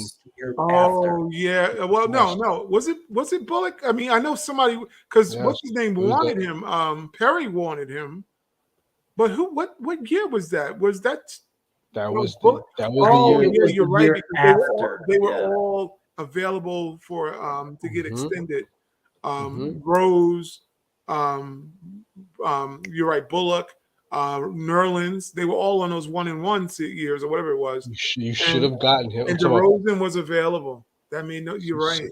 So you should have got him. I'm sorry. If that's the style you knew you were going to play. I mean, he would have been the bucket getter for them. They got Rose. And he can close. I know. They got Rose, right? So, I mean, they did. They got Derrick Rose. You're right. If they traded for Derrick Rose. It's just frustrating, man. Because I mean, you're right. If you hire a coach, you should build a team that the coach can coach, like a team in his style of play. I mean, that's like when the Knicks hired Pat Riley, they hired a Showtime coach, but Pat Riley quickly was like, no, our best player is Patrick Ewing. We can build a team around Patrick Ewing. And he adapted. Right, he adapted. Right. Exactly, that's what happened. So this would have been the opposite because I think they probably bought the thing because Tibbs was probably like, I've been an analyst now and watching the game and I see how it's changed. I'm going to be different. I can coach whatever. And then they come in and they're like, you can't. You did the exact same. You started out coaching differently. But that didn't happen. So, hey, John is here. What's up, John? Hey. All right. So, yes, the league has changed. Obviously, the European influence has been huge. I think you can't deny that. It's a 3-point league now, obviously, and then you have this freak of nature who can shoot backwards, Steph Curry hitting shots all over the damn place, just flicking his wrist. Pretty much that's all he does. It's crazy, but they go in and they change the game, right? Mike D'Antoni came in, changed the game. Phoenix, 7 seconds or less. All these things have changed the way basketball is played. And that's why you hire a coach who understands that. Like you hire a coach who can coach that style. You hire a coach who was just fired from the team across the freaking river, New York native, wanted to coach here, don't even give an interview, could develop players, yes. You could develop players. Every when you think about those guys, D'Lo, when you think about Dinwiddie, all those guys, they became better names because of my boy Kenny. LeVert, what's his name in Cleveland? Jared Allen, all under Kenny, all under Kenny Atkinson. But that's the Knicks' fault. I mean, I know for the longest I can remember, the Knicks have always been about the basketball business instead of the business of basketball. And that's, you can't keep wanting to win the headlines. And you know, I understood why they would hire Thibodeau because of the relationship. I understand Leon's first go at it. You want to take probably your most trusted person to hire, you know, and Thibodeau makes sense for him. It didn't make sense for the Knicks because the Knicks are building from the ground up still. Every year, the Knicks have always been building from the ground up. Well, the But story. for some reason, some genius always believes that, oh, if I get that one big name, it's going to change our fortunes. No, because when you look at the dynamic of the league since I've been watching it, there's always been a homegrown talent. There's always been a homegrown talent that stays in there, and you might acquire a secondary big talent via free agency. But I don't recall any championship being won by a team of free agents. There's usually a one person that you've drafted, the original player, and you've built around them. And the Knicks have been just so reluctant. They had it with KP. That was the perfect opportunity. I mean, obviously Melo was incumbent. He was here already, you know, but you have to sometimes bite the bullet and say, who am I investing in? Am I investing in a guy who's already established, or do I want to do what's best for the long-term future of my team? And the Knicks, they brought in Julius. You drafted RJ Barrett. Your plan should have been, I'm taking the guy I drafted third, and I'm building around him. Think about who said, I forgot who brought it up. None of Leon Rose's draft picks are starters. They're not starting. Any other place, these guys are starting. Yeah. If you invested that much money and time and effort and resources to draft a player, you vetted the process. Obi Toppin's not on the bench. Manuel Quickley's not on the bench. Especially when you didn't have talent equal or better than them to put in front of them. You went out and find some, I don't want to use TLC scrubs, but you found some scrubs to put in front of these guys that you drafted as answers for your franchise. You know, I'm not the biggest Quick fan, but Quick shouldn't be, buried on the bench, get behind Derrick Rose. You drafted this guy. Derrick Rose already had his stint in the league. He's been MVP. He's been injured. He's a legend in the league. I love Derrick Rose. I'm not dogging him, but I'm saying you drafted Emmanuel Quickley to be your backup guard. Why Rose coming off the bench ahead of him? Rose needs to know what his order is now. You're the third string helping to assist guys on the bench to make them better. Melo had that epiphany. He realized that he was a bench guy now who's going to help some of the young players push forward. You're there to be a tutor. People like, oh, if we had Derrick Rose, that would have been. You telling me that you think a 34-year-old person is the answer to make your team better, then you have a terrible team. They tried that. When in the Atlanta series, when things started going bad, they put Rose in the starting lineup. They tried that. They tried. He was great. He did the best he could, but he's not that player anymore. He's not the star no more. It's like you get the dynamic of why you keep someone in there. You know, you get a Derrick Rose. He's a vet. I completely get it. You can't bring in second tier or third tier vets. There are more third tier vets that we've seen, and go let those dudes start.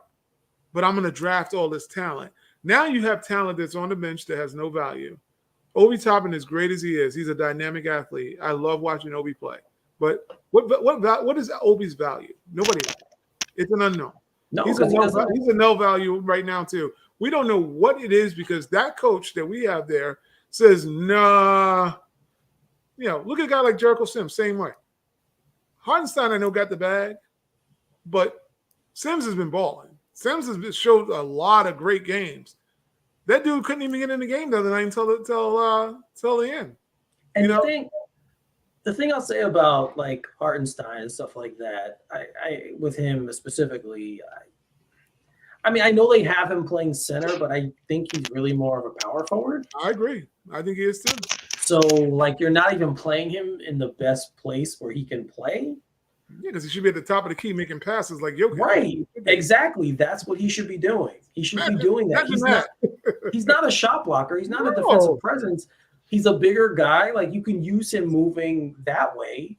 But, I mean, the other night, it was like last night or 2 nights ago, I forget, the last game before that, he actually played him and Robinson at the same time. And I was like, get the hell out of here. Like, holy crap. Like, like we're trying something different. But you're right, Ty. You look That's what I meant when I said today in the text. I said you can't serve two masters. You can't try and win and develop at the same time unless you have a superstar player. They do not have that. No. So they have to make a choice. Are we trying to win now, or are we developing players?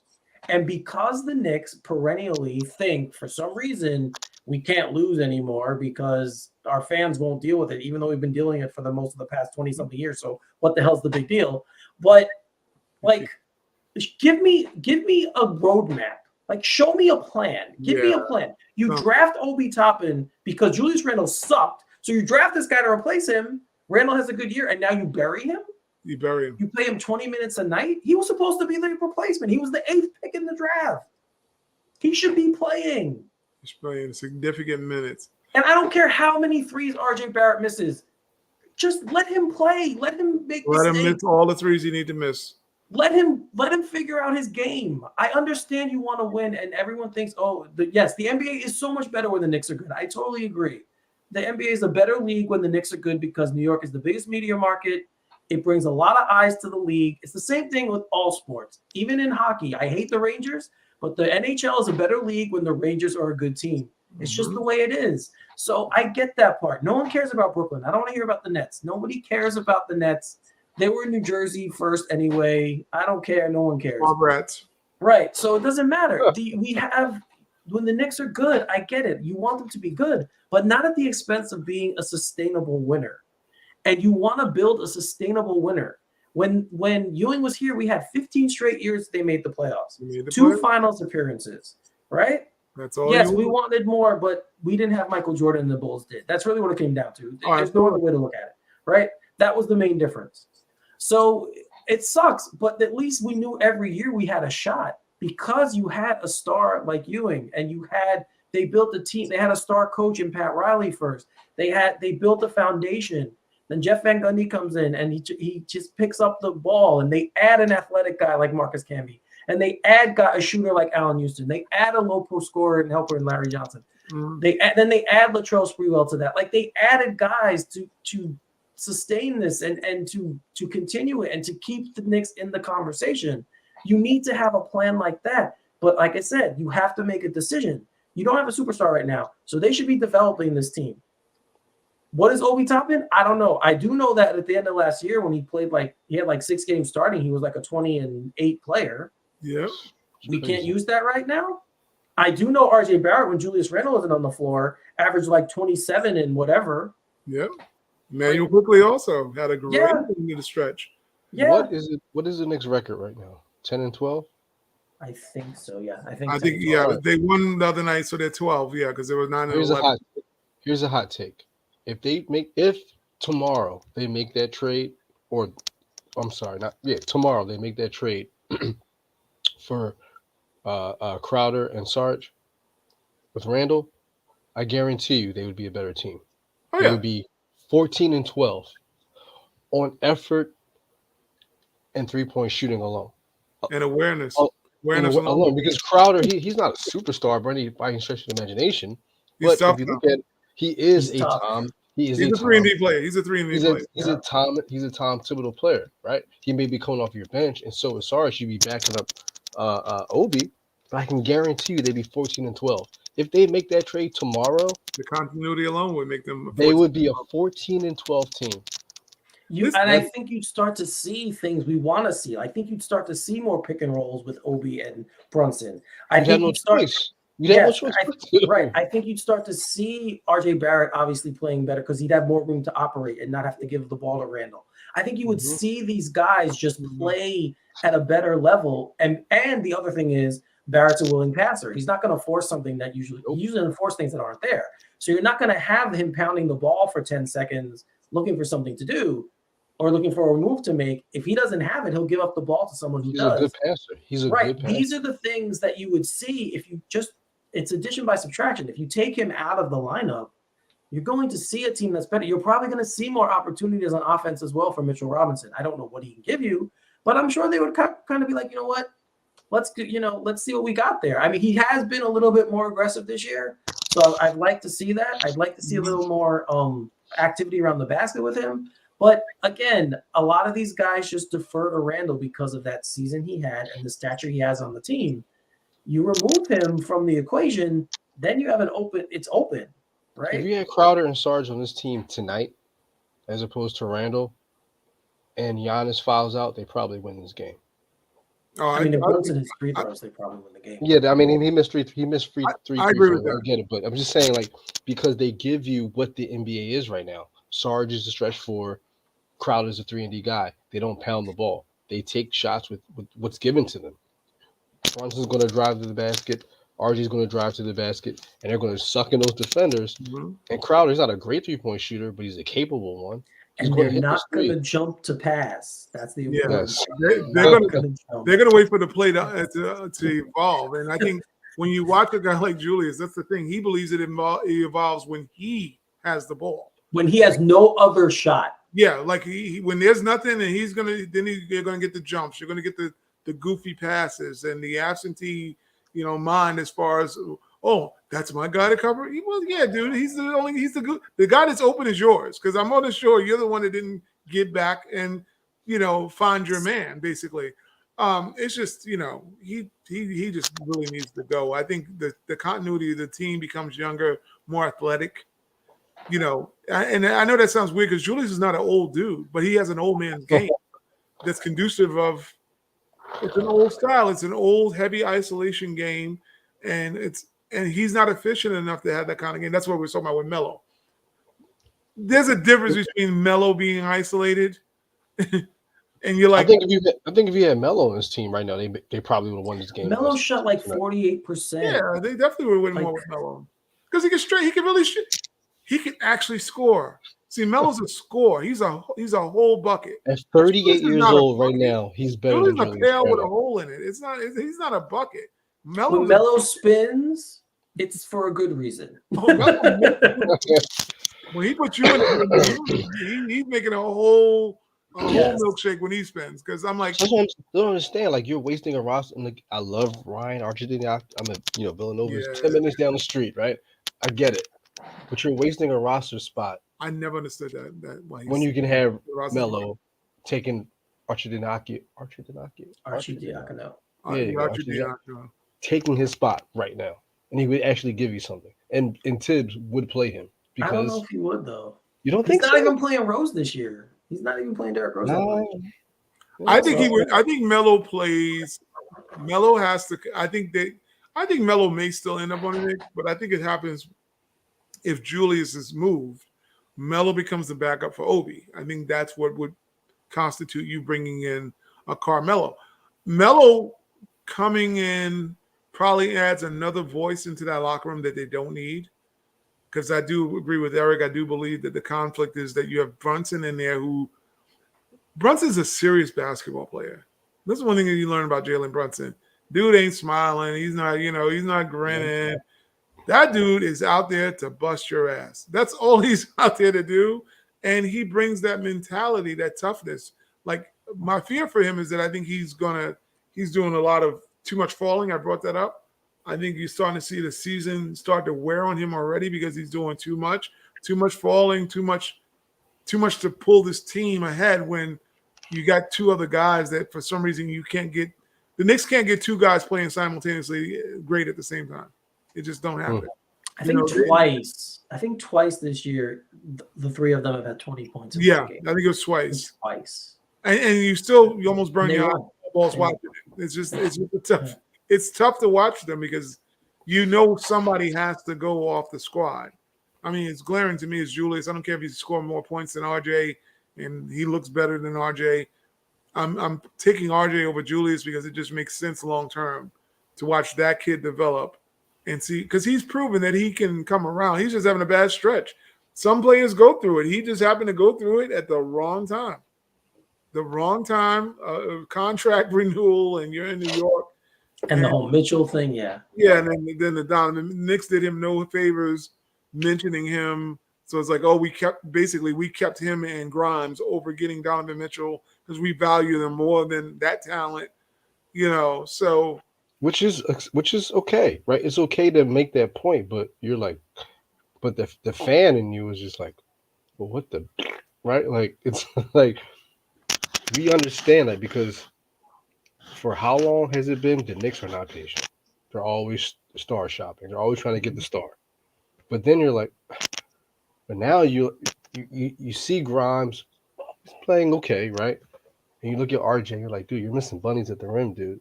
And then that gets into your subconscious as a fan. Doesn't matter how smart you are. I consider this group to be very smart, right? But Mhm. there are times I'm sitting at home, I'm just like, okay, we kept this dude, and Well, he's missing bunny. It's the weird thing frustrating. about that though, it's crazy. His 2-point field goal percentage is actually 47%, which is very good. Yeah. Mhm. But his three is 27%. Yeah. It's 20 points less so that makes his overall shooting percentage, of course. Like, I agree with you. There's some shots he takes, and I'm like, why didn't that go in? Some of them are even like this close, and I think some of it's bad luck. Sometimes he takes shots, and I'm like, oh, that's going in. And it totally bounces out. And you're like, Or it how does rips that out. not? I'm like, how does that not drop? So I think that's why when he said the other day, eventually they got to fall. I think that's what he was saying. Like, some of my shots are like right there, and they're just not going in. It's the ones that he takes that are stupid to me. Like, there are ones like Ty, we've talked about this before, where he's driving and he falls back Oh, instead of going yeah. in, right? Or he'll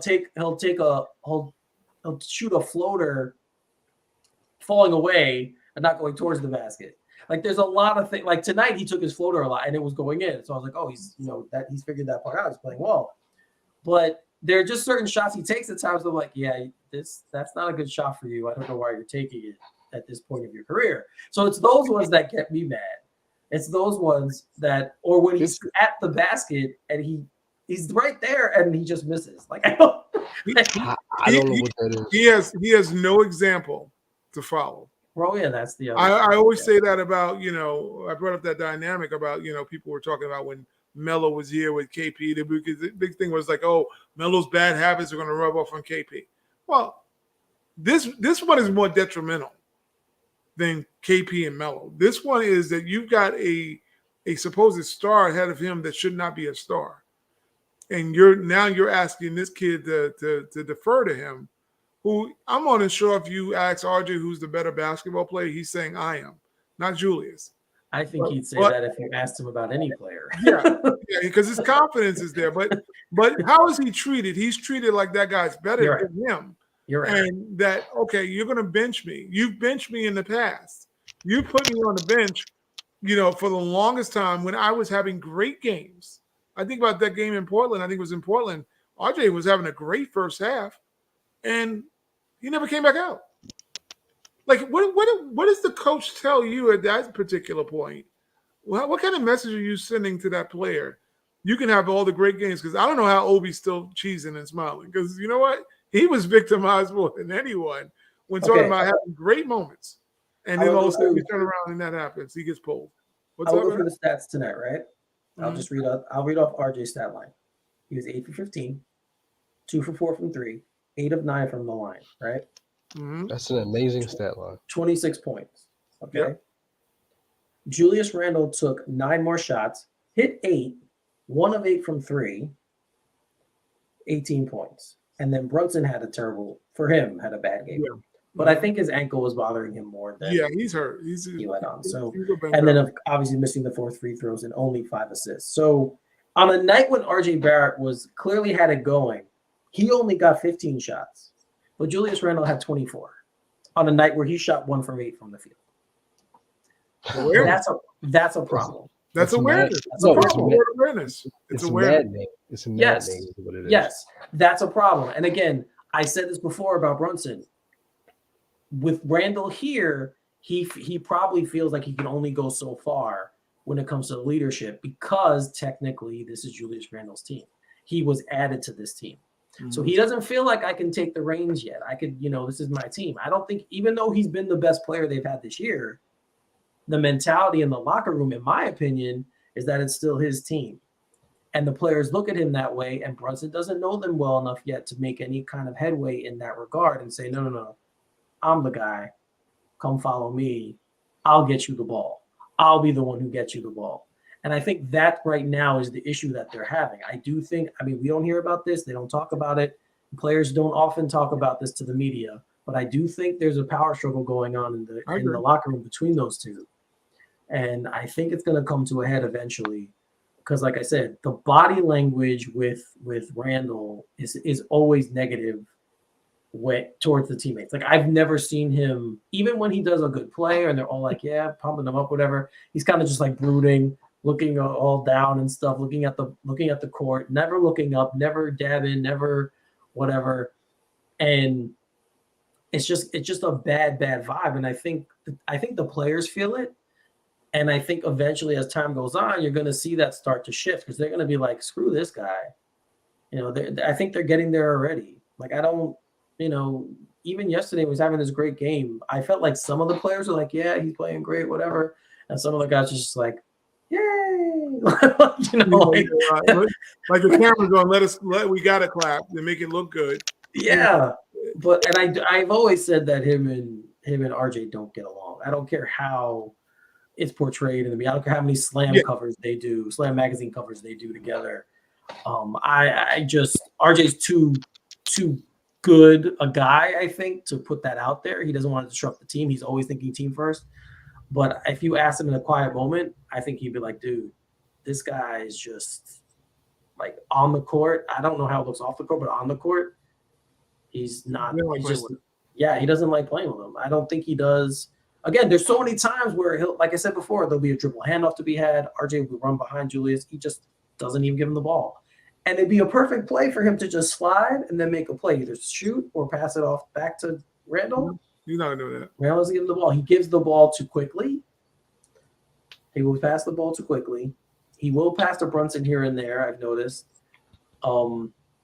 But he'll dribble into the lane, jump up in the air, and pass it to some crazy pass that no guy has a chance of catching it and shooting. And some weird stuff will happen. I think Cam Reddish has to be the player to watch when it comes to Randall.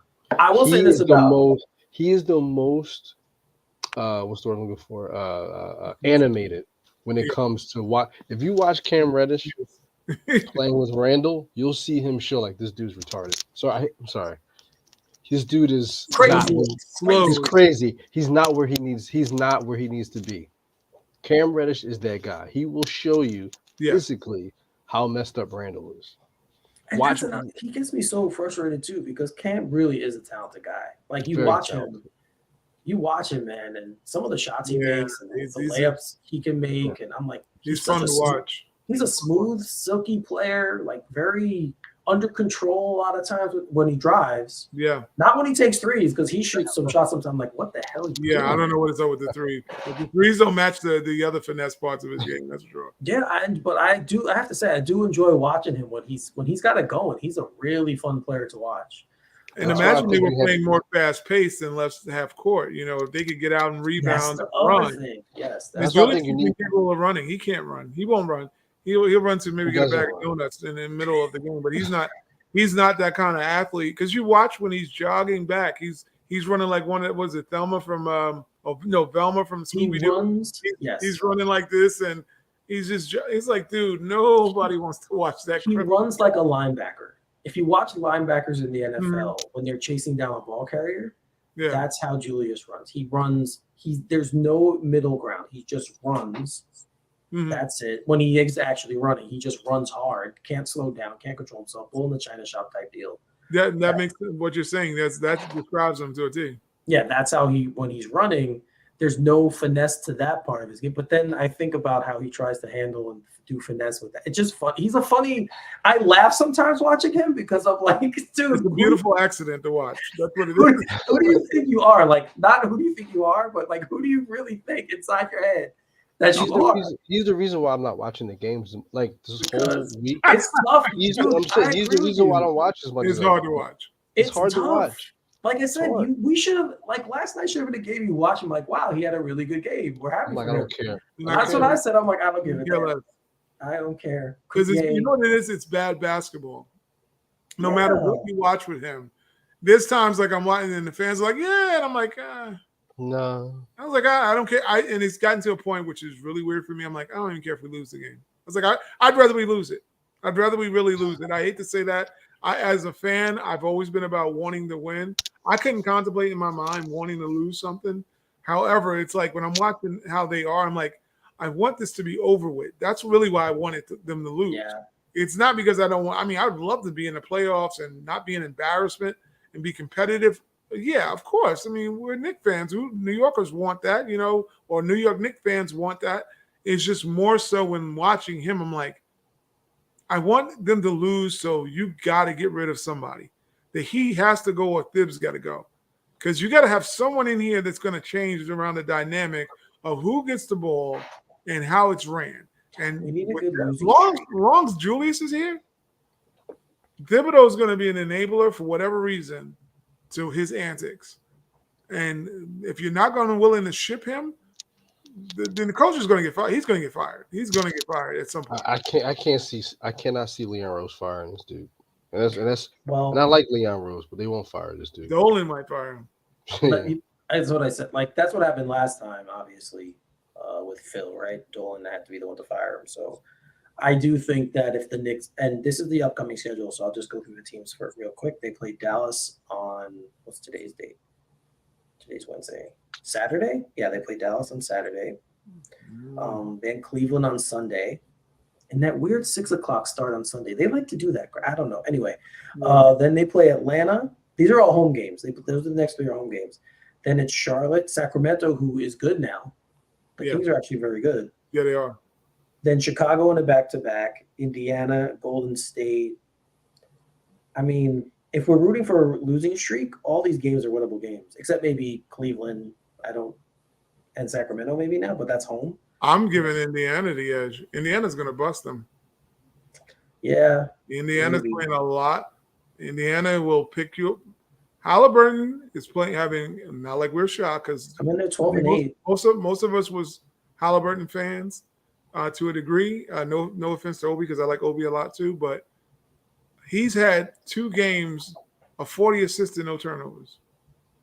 Yeah, he's been fantastic. That's a ridiculous stat. And they busted up the Lakers the other night. I know they got to be running a hot streak on that last second shot that nailed and put into LeCon James his return. Well, they're also up 84-68 on Indiana right now. Who's this? Sacramento. Sacramento's been balling though. I think the Knicks will. This has been my math equation for the Knicks. If the opposing team has a star, I don't even care if he doesn't play great. If they have a star, the Knicks are going to lose the game. And it's the most amazing thing. As long as they got a talent that's greater. See, because Detroit, I don't even count Detroit. I know. I was like, you should be busting Detroit. Well, especially without Cunningham and Ivy. Yeah, you got nobody on Detroit. If you can't win that game, then just remove yourself from the league. The games that the Knicks have, even when you look in Philly, they beat a Philly team that had Maxey, and they barely won. Every game the Knicks play, when there's one near star talent on it, they will lose that game. And I don't know what it is they can't concentrate on the one star. Look at what happened with Portland. I mean, granted, they had a free throw party. They just shoot threes. That's how you beat the Knicks. Just You're hit threes. You're going to beat them. Just hit threes. That's it. The Knicks cannot account for. It's like when you watched the Memphis game the other night. Ja Morant. I mean, come on. I know Ja is Ja, but do you let him get his own rebounds? I mean, this is an atrocity. That dude got a putback, and there was 3 guys around him. It kind of fell back to him, though. I know the play you're talking about. But he got blocked, and he kind of turned. It was just kind of like right there, and then he caught it and put it back. I agree with you. But I think they looked like they didn't want to foul, and I'm like, play his little ass. But that's the league. But that's the league. That you cannot sneeze on these guys. You can't. I would foul him anyway. I would probably have more flagrants than anyone. I'm just gonna take the hit. I don't have to pay the bill. I'm so tired of this league, man. Like it's so frustrating. But we have to work with the tools we're given. But nothing is saying that the Knicks. See, that's the thing that I dislike about like a guy like Tom Thibodeau, who comes from the 90s, 80s kind of vibe. Yeah, you can't hit their head. We know you can't hit them on the head. But what the hell's that got to do with throwing a nasty pick or a hard shoulder? Just body him on a pick to send a message that if you plan on trying to get around this pick, He should have no. There should be no one on the Knicks not setting hard picks that are knocking a guy on his ass. Take the charge, but just make him think twice about coming down the lane or coming off that pick the next time. Lay him the hell out. That's not a flagrant. You're not going for his head. The worst thing you're going to get is a charge. You're going to get a foul call against you. But send the message. Mitchell Robinson is a terrible screener. That dude should be laying dudes out, and he moves way before he even sets a screen. He's afraid of it's his reputation because he's afraid of getting fouls. I'm sure that's it. Yeah, but you gotta. Somebody like Jericho Sims, I just sit about there like you're gonna learn how to set the hardest picks in the league. Yeah, that dude is. I would say. I mean, look how big he is. Even Hartenstein. Lady, why is John Morant not getting picked? Why Trey Young is not getting picked? Are you serious? Because I'm laying them dudes the hell out. Here's the thing: when you watch these players, the John Morants, the whoever, anyone, they get fouled, whether it be an offensive foul, whatever the case may be, right?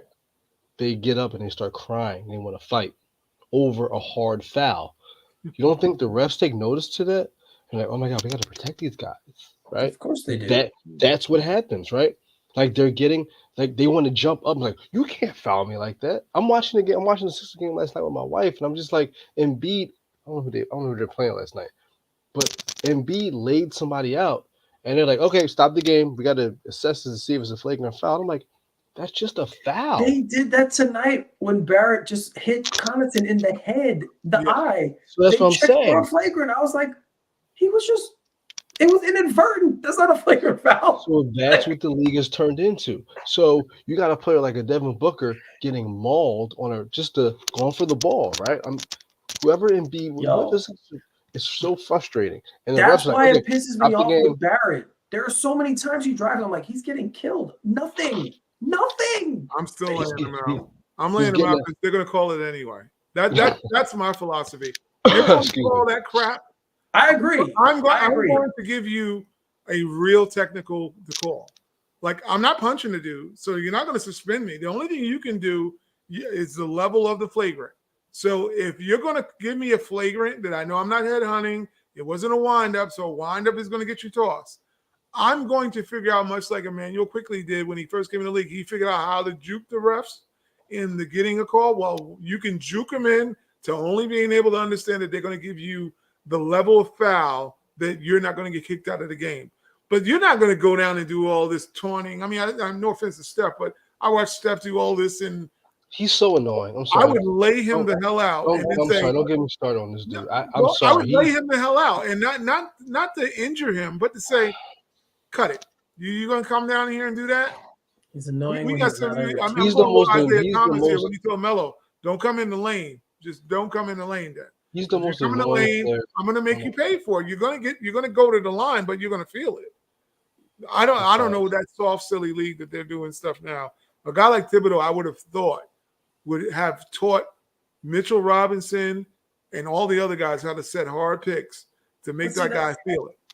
That's the crazy thing about him, because he's now the coach who says to guys who can't shoot threes, shoot threes. Shoot threes. Go ahead, pump it up. He's telling bad shooters to take these shots. Pump it up. Like, what? He's like the Beastie Boys now. I'm like, what are you telling? Like, why are you allowing Julius Randle to take step back? He took 8 threes tonight. He told him to shoot more. He hit one. To shoot more threes. He hit one. He took 8. He hit 1. He was hot. I used to be a shooter, right? If I was shooting threes and I took 4 and I didn't hit 50%, I didn't hit 2 of them, I stopped shooting threes. I would stop. I just stopped. I'll step in a little bit, take a 2. What's the big deal? It still counts. Because analytics is like analytics. I had this debate with my stepson a handful of years ago. Well, if you're gonna, I was like, dude, you're a very smart young man, right? You cannot you're like light years ahead of me when it comes to math, right? I suck at math. Math for you comes naturally. I said, how can you tell me that a 23 and a half, 24 and a half? 23. How can you tell me that's a better shot than taking one dribble? Because analytics says you might as well if you're gonna take a 2, you might take a 3.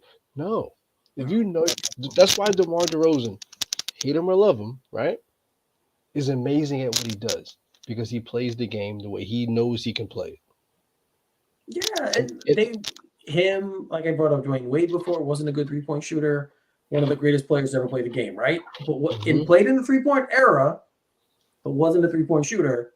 Nope. Didn't harm him. LeBron doesn't harm him. The goat milk. The Yeah. goat milk himself, Right? is not a great shooter. He's not a Period. great shooter, let alone a great three. And that's why Steph Curry has ruined the game.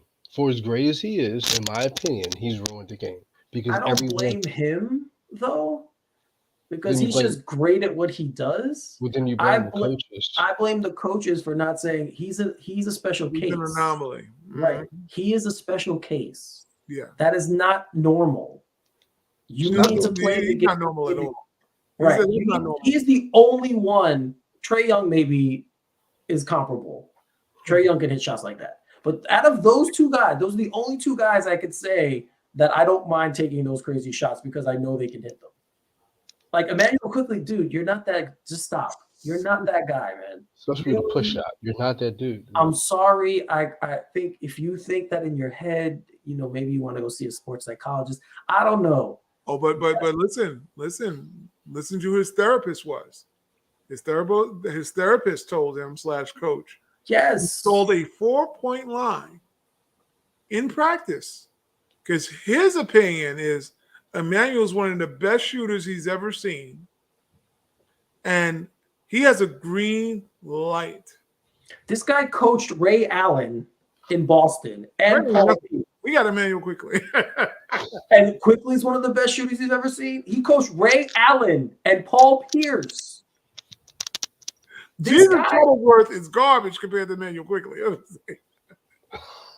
This is our coach. This is our coach. This is our coach. And even if you're saying that to pump him up, dude, you coached Ray Allen. Ray Allen, who, in my opinion, has maybe the best release of any 3-point shooter I've ever seen. I mean, best form I've probably seen was Allen Houston. Best release, prettiest form I've ever seen. Yeah, and the quick release of Ray Allen, it's like I don't know. It's just like he jackknifes. It's like quick, and it's lit. Those dudes were two of the favorite. Yeah, definitely. I can't. I think if you're teaching basketball to somebody to shoot a 3-point shot, Allen Houston, their mechanics were just phenomenal. Even Bird didn't have the kind of mechanics, nor Reggie Miller, the mechanics that those dudes have. Like if there was a video tutorial, those dudes, you can put either one of them in and just say, look, this is what perfection looks like. But that's what frustrates me. I watched J.R. Smith. I watched R.J. Barrett shoot like, I'm trying to find the right word because I don't want to use the R word. But when I watch him, it looks like the Special Olympics. Sorry. When I watch him shoot the basketball, his form is, it's like, what is that? You have Allen Houston in your front office. Put him out there. He's using his own dude, though. Brickley, I think he's using Brickley. Chris Brickley, sorry. I'm sorry.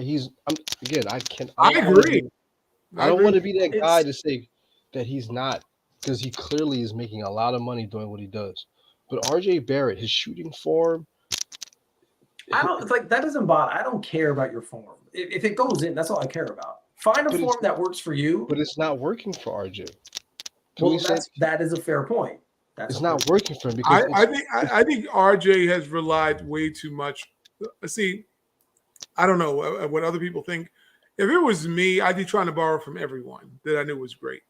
I just think these guys get in with a trainer. I think they want to make it their what's Michael Jordan's trainer's dude's name? Who had the match? I know you're talking about.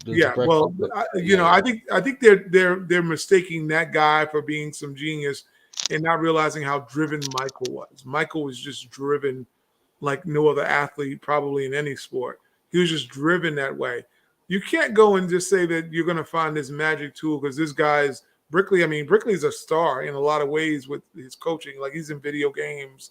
I mean, he's got his thing going on, and he's probably very good at what he does. However, the one thing that I think the Knicks have always been terrible at is utilizing their in-house resources. Like, I don't know how no one's never used one of the greatest defenders in the earth ever. You never let Walt Frazier teach defense. Even when Phil was running things. Yeah, Phil was running. Phil should have known better. You messed don't up bring in one of the best ever defenders. I mean, my question I always wanted to ask Clyde if I ever see him: how would you have guarded Michael Jordan? I would love to hear his answer. I'd love to pick the brain on him about that one question, because the dude thinks defense all the time. No matter what you hear in the game, he's going to bring it back to defense. That's what I'm saying. Like, you have this guy in here, and your team, you can't give him a little bit of a platform to say, "Hey, dudes, hey guys, this is how you close out on a guy." Or Allen Houston, you mind coming here and shooting with these dudes because they suck. Watching that Knicks game last night in Detroit, they showed a Knicks game. I guess they were playing Detroit with Willis Reed and Frazier were playing. Frazier, after hitting a free throw, clapped his hands. He made a free throw and he clapped his hands. You're excited over making a free throw? These dudes, I mean, I know that's a very small, insignificant thing, but he was happy that he made a free throw. Dude loved the ball. He loved the ball. When you're driven to love basketball, I forget who I was listening to. They were saying they were telling their kid, as a second generation player, he said that I think it was Derrick Rose, actually. He, on one of the interviews I watched of him, he was telling his son PJ that this got to be your first girlfriend. This got to be your first love. He's like, this has to be your first girlfriend. Every guy in the league, this is their first girlfriend. No matter what, they're not partying. This is their girlfriend, this ball. So it's the same thing. Guys like Walt, that ball was their girlfriend, or that means they're getting out of their situation. You don't have the same hunger because you watch a lot of these guys get pampered way too early, coming up in the AAU systems and the collegiate era. You know, they're not going through hard coaches. They basically want to do their 1 year so they can get into the pros. You know, they've been fluffed up a lot more. Whereas you get the sense of entitlement of a lot of the players that you watch. Like a guy like Alvarez, you watch him on the Pelicans. Dude is like, I'm going to eat because I don't want to go home. And his effort throughout the whole game is to be the biggest gnat on the planet, because he's like, you're not going to send me back to the G League. I'm not going back there. I need to feed my family. So he's like, nope, there's opportunity. I'm not going to blow it. Most of these guys, like a guy like Julius, he works hard on his physical nature, but still the hunger for the game and having an appetite to make changes. And maybe that's RJ's going through a little bit of stubbornness right now, even with his moves, you know, because some of these guys, they get attached to their one trainer or whatever, and now they're like, I don't want to hear anybody else. I do think with some players, when they work on things in the off season, they don't trust them when the games begin. They don't trust these new skills that they work on, right? Mm-hmm. So they're reluctant to do them because they're afraid that it's not going to work. Like, I saw there was video of RJ Barrett's offseason regimen, and he was doing this one skill where he caught the ball, spun, and shot it. And he did it like 25 times in a row. It was the same thing. He would run, catch the ball, spin, shoot. And he made like 20 of them. It was amazing how many he made.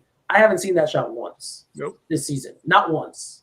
Nope. So I just often wonder what their mentality is when they're playing. Like, how am I supposed to do this? Or when am I supposed to pull this out? Or, you know, is it the right time? Or they're still just like, they don't trust the work all the time. Right. They don't value it. They don't value They don't trust it yet because it hasn't been proven. And then I also think in their minds, they're like, I can't hold the team back by trying out new stuff that I worked out myself. I think that's why we don't see Mitchell Robinson take a lot of shots. I think it's YouTube too. I think they don't want to be embarrassed. I think it's got possible. I think it has a lot to do. I'm just when I've watched as much basketball I've watched, the greatest thing I've ever seen was like, you saw guys like the great ones. The great ones always had something they added every year to their game. They spent the whole offseason putting it into play, and they came in and they want to bust you with that move. Michael Jordan with his post turnaround move. Magic Johnson saying, oh, I can't hit free throws. I'm going to go lead the league in free throws. I'm going to hit 91% of my free throws because I sucked. That's what I'm saying. Like you see these guys come back with a complete bag of not revamping their whole games, but at least having that one aspect. They're going, oh, I'm going to add this killer move because I'm going to work on that all summer. I think these And that's guys why are LeBron wrapped up James is not. in the cosmetics of, oh, like Mitchell Robinson should have a hook shot. He should have the most deadliest hook shot in the league. And the problem is that it looks old. It's an old-looking shot, and he thinks it's not cute enough because everybody wants to shoot threes. If he had a hook shot, if he had a Ewing-esque kind of move in the lane, this even if he gives that, he's capable of being a deadly player. Even more so if he had one offensive move that was unblockable. And he has the athleticism to do it. He could be fading in the lane, fading away. Like Ewing. Imagine he did some of the things that Ewing, if he had one of Ewing's moves. I'm not even talking 20 of them. Just one of Ewing's moves. This dude is different. They won't do it. Guys. Yeah. And that's why LeBron's not the greatest player. That's why he's not the GOAT. Yeah, I know. he's Let's go back to LeBron. He's a go. Because I'm watching him now. I'm like, this dude is trash. I'm sorry. I'm going to say it right now. He's trash. I wish I was as trash as he was. I'll say that. I get it. He's a very physically gifted player, but he's trash because he doesn't have. He's fundamentally trash. I agree with that. I think you're right. You're right. Fundamentally on offense, he's I guess trash is very hard, but he is. No, he's trash. He's a little Bastota on. Well, I mean, Giannis, he has no extra move. Giannis is different. And Giannis is trash. I'll say that. Giannis is no different when it comes to exactly. being a skilled offensive player. If they call traveling, Giannis may not be Giannis. Dude, that was such a travel. I know you said it wasn't, man, but when I thought I said it looked like two. It looked like it was 2 steps, but it very well could have been 20 because he does it all game. So I don't know. I was like, that's a travel. What do you? Yeah, that. But see, the difference is he's fun to watch. Oh, he's fun to watch, though. I'll give him that. Like LeBron, I never thought LeBron was fun to watch because to me, LeBron had this arrogance every time he did it. Like, I'm LeBron. I follow. That's one of the few. If you're not a Knick, I usually don't follow you on IG at all or any of the sites. I do follow Giannis because I just think that he should be the face of the league in a lot of ways, with his personality first and foremost, and how hard that guy works on the floor. He never gives up the whole game. 10 years. That dude goes 100 miles the whole damn game, and then you're watching him, and there's no way you could be a teammate of his and say, "Oh, I'm gonna be lazy today." It's like your best player is far. He's like Russell Westbrook at 7 feet tall. That's really what he is, and more powerful. And he just looks like he never won anything. He plays like he never won anything. That's the thing I like about Giannis. It's like, and then I look at someone like Embiid, who I think skilled wise, him and Jokic to me are the two most skilled players in the league. They are. Like, I don't think there's anybody else in the league as skilled as those two guys. But Embiid plays kind of in an aloof manner, I want to say. He's a little lazy. I'm going to say lazy. I don't even want to say aloof. He's lazy. He's very much like – so it's kind of hard. I enjoy watching the stuff he can do because he's kind of a hybrid of a guy who can do the post and shoot from outside. It's very, very cool. And I love watching Jokic because he's just a tremendous passer, and you just kind of can't believe a guy that size does those kinds of things. But it's weird. Both of them are kind of soft, like body-wise. They're not big muscle guys. They're kind of like soft dudes. They're not tremendously athletic. They're plump and heavy. Right. And then you just keep thinking like, well, if they like got into any kind of physical shape that's better, a little bit better. Like it doesn't even have to be so much better, but just a little bit better. Like just what they could do. They're great already. But if they added that little bit more dedication to their bodies. Yeah, if they had a nutrition, it would be a whole wrap. I mean, it's funny. Giannis is a player that New York fans deserve. No matter how flawed he is, you never question whether he was out there to win for us. And that's what New York has never, since Ewing, has had that kind of player that when you saw him out. Well, Sprewell, I shouldn't just say that, but I mean, I should say during the Ewing era. Post-Ewing era, you have not seen us really have that kind of dog guy out there. Jalen Brunson seemed like he has Kurt I Thomas. think Brunson is that guy. Brunson is that guy. Like Brunson just rolls out and goes, "I'm gone. I'm bald." Kurt Thomas. Kurt Thomas. Oh yeah, you know he's gonna come out and do whatever. Yeah, I mean, he wasn't a great player, but he was that dog, right? He was. Yeah, that, he's not that dog. You know, he definitely was that dog. he Spreewell's. was- That's what New York is missing. They had. Yeah. I love RJ. I just don't think RJ knows how to stomp on someone's. and Nate Robinson was another guy New Yorkers loved. I think if they got Detroit, if they were able to get Detroit, that would have been a guy. Who? Oh yeah, Detroit Rasheed Wallace. Yeah, I wanted Rasheed on this team If so they bad. were to get, if they were able to get him, you know, He's the Detroit version. Yeah, I think so. He's a Knick kind of player because Well, Rasheed was one of those guys that probably should have been one of the best players period in the league. He just He should have been better than Tim Duncan. Rasheed Wallace's talent was he was. He should have been better than Tim Duncan. I would never say that. No, I said he should have been better. Tim Duncan to me.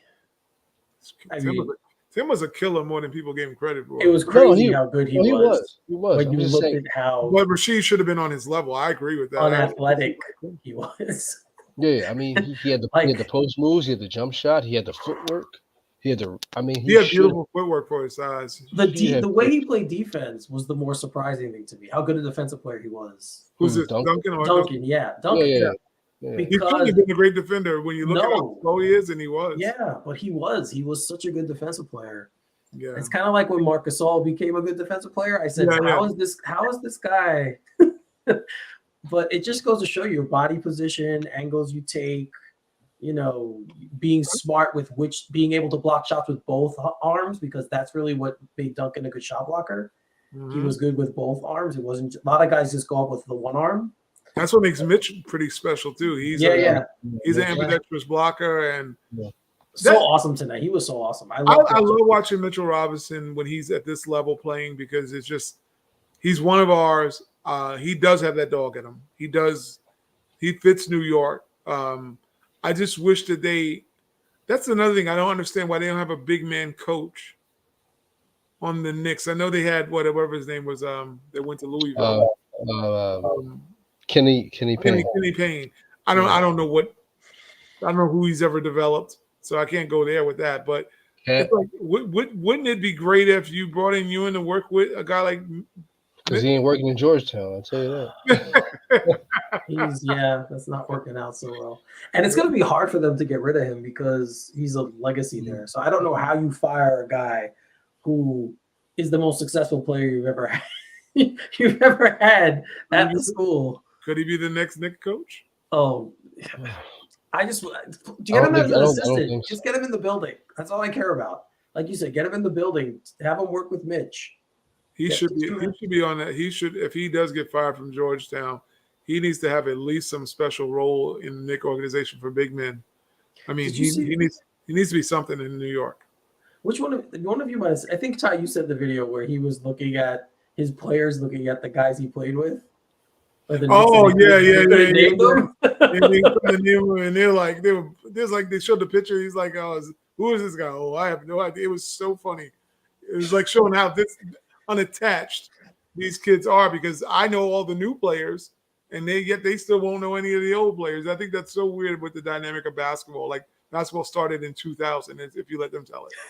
Well, that's what fans usually know more than the players coming up about the history of the league and the history of the game. Yeah. Only a few of them know, because like you always hear with Frazier when he says, like, some guys come up to me and like, "Oh, I know who you are," and some guys are like, "Who are you again?" Who are you again? I always thought it was amazing. He said that his whole time of being a Knicks broadcaster, he only had 2 players ask him about defense. I'm like, if I was a player and Walt Frazier standing there and that guy got 2 rings, see, a guy like Kobe would have went over and hung out with Walt all night to pick his brain. The only reason I know about him and Monroe is because of my dad. So here's an example of how my dad was. I know a lot of us in this group didn't like He Got Game. I'm not going to say who it was, but if you think about that scene in which he's talking to Shuttlesworth when they're I guess that's Coney Island, and they're walking Yeah. on the Right. on the boardwalk, right? And you watch Denzel explain how good Monroe was, Black Yeah, Jesus, and then yeah. they show all the old school clips of him. Yeah. Mm-hmm. I am not being hyperbolic. That's how my dad was, right? Mm-hmm. My dad grew up playing at Overbrook, playing with Kobe's dad. He wore 13 because of Wilt Chamberlain, so he knows about Black Jesus. He knows about Clyde. Mm-hmm. So every time I watch He Got Game, for as much as it's a polarizing movie, every time I watch it and I watch Denzel explain to Jesus where the name came from, I think of my dad, right? Yeah. Because he's explaining to me just the same way Denzel was. They don't ever really show the hand on the ball. They do this, right? Oh, Jesus. Yeah. And I'm just like, that's what these kids are missing. Oh, They yeah. don't understand. I'm 38. I don't know. I'm 38, right? I understand who Clyde was. I obviously couldn't watch him play live, right? Mm-hmm. I understand who he was. I understand who Oral Pearl was, right? Black Jew, Black Jesus from North Philly. That's what it is. Yeah. These guys don't have that. Kobe may understand it. Obviously, Jordan understands it. Carmelo may get it. KD may get it. But a Booker, right? A Quickly, I just don't know if they understand how good these guys were and what they were able to bring to the game. And they're just like, it's an afterthought. Look at Shea Gilgis. Shea Gilgis is a perfect example. That you guys heard watch that video? Yes, I saw. Love him, but he was He's just not that so. smart. He was. He's not. He was. His take.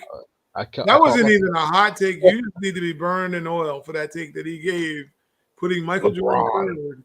Michael Jordan was third on his list. Yes, it was Kobe, LeBron. I know. I saw the video. And his reasoning is one of the most flawed. I'm like, Ray Allen. Did you hear what you said? Because you can't say that Kobe was Michael on steroids, and his records are not better than Michael's.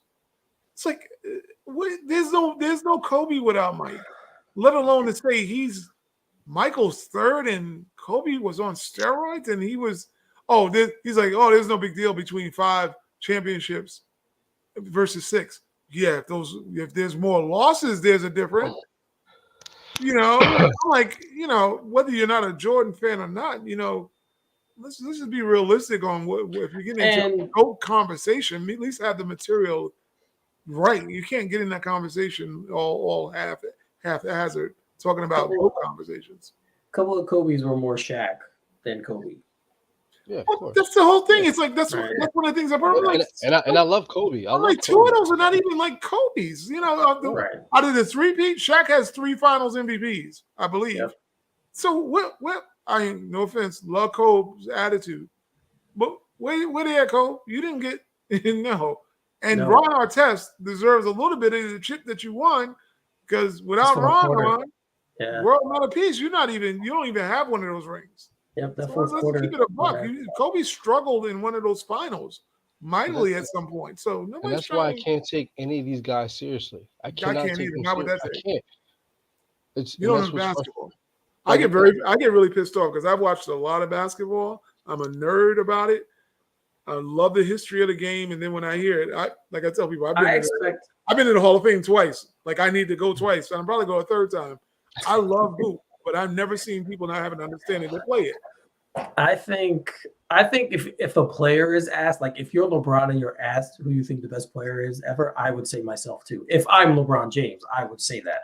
Just because I'm never going to say the accomplishments I feel like someone's better than me. So and because I have accomplishments that are comparable, I would definitely say yes, I'm the greatest player ever. Like his thing is I've won in 2 separate places. So that's like his rationale when he says he's the best. Now it's 3, right? So he's won in 3 places. That's what 3. That's his rationale. Yeah, right. Not you stop, but him stop. He's considered that after the Cleveland win. He said it after Cleveland. But you don't win without Kyrie. Kyrie exactly. hit the shot. If LeBron hits that shot, and I'm not a fan of his. Ray Allen. If he hit any of those shots that Kyrie or Ray Allen hit, and he still had the 5 and 3, 4 record or 4, whatever, I would say there's a legit conversation to talk about his place on the goals list. I still wouldn't put him ahead of Michael. Still wouldn't put him ahead of Kareem. I would have a hard time getting him past Duncan. That's my preference. But I'm saying I'd go, all right, you hit some big shots and made some, great moves. I'll give it to you. But dude, you got saved in two playoffs. You got saved. You didn't like you were stomping the grounds. You got saved in a couple of those playoffs games. Ray Allen don't hit that miracle shot. You're Dr. J. You have one night. But there's a lot of dudes in our age group. I mean, I guess my age groups who think LeBron is the greatest. I have them in my age group too. Who think LeBron is the greatest player of all time, and they're making that argument because it's LeBron and he's such a polarizing person, right? And I'm like, you can't make you can make any argument, but that's like, oh, how can you hate on Bron? 1, 2, 3, 4, 5, 6 reasons. Yeah, I can't get mad at guys who say that who never watched Jordan play. But if you're it's hard. But if you're 45, 42 to 45, if you're my age, you can't. I've had guys our age, my age, who think he's better than Mike. That have said that LeBron was better than Mike, and I'm like, you can't hate on Bron. When did you turn on the NBA? Yeah, you hating on him. I'm like, I ain't hating on him. It's facts. There's statistical facts that back up everything that I'm talking about. Because when you're undefeated, you're undefeated. You're not. It's a difference if LeBron was 5-1, and I go, all right. Because Duncan has in my opinion, Duncan has a legit GOAT conversation because had he not lost one of those, he would be 5-0. Mm-hmm. If he didn't lose against off of that Ray Allen shot, he's 5-0, and you're like, and he's got the accolades, he's got the MVP. So now you're like, Duncan comes in a new conversation where you might be putting him a little bit near the Kareem story. He's ahead of Kobe in my eyes. But he's ahead. I think for me, Duncan it's Jordan, Kareem, and then third, Duncan gets a huge argument for me. LeBron's ahead of a lot of other people because of the record. He's fifth. LeBron's top 5. I'd put LeBron fifth. I'd put him fifth. I don't know. I got to think of 5. Let me see. I mean, I can't. It's tough because of what happened to Larry and Magic because Magic with HIV and Larry with the back injury. It's kind of tough to not include them because when I watched them play, to me, I think they would have been in that conversation if they were able to finish out their careers like these other guys have been able to on their own terms.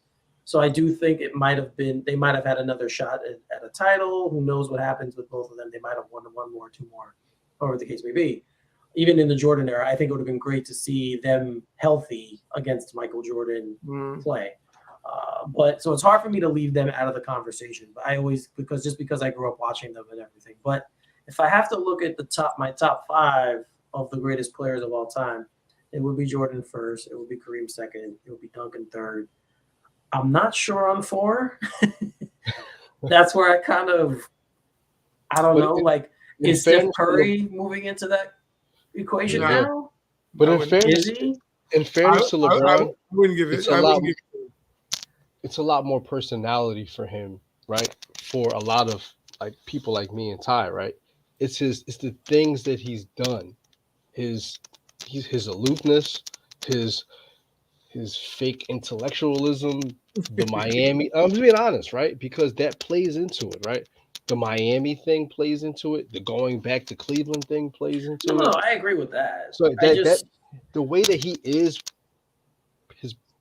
it's not. I try and remove. I'm trying that stuff out of it. I just try and look at them as players, right? I try and just look at them as basketball players. Shaq might be 4th for me, if I'm being honest. I might have to give him 4th. What about? Yeah, he's another one that's in there. You'd have to throw who did you pick? Who was that? Olajuwon. Olajuwon gets a lot of arguments. My biggest argument is 2, but he has 2, but he has a lot of accolades. Yeah. He's 2-1 in the finals. If you think about it, he was young in the finals. The first finals he went to, him and Ralph Sampson. So they lost against a great Boston team.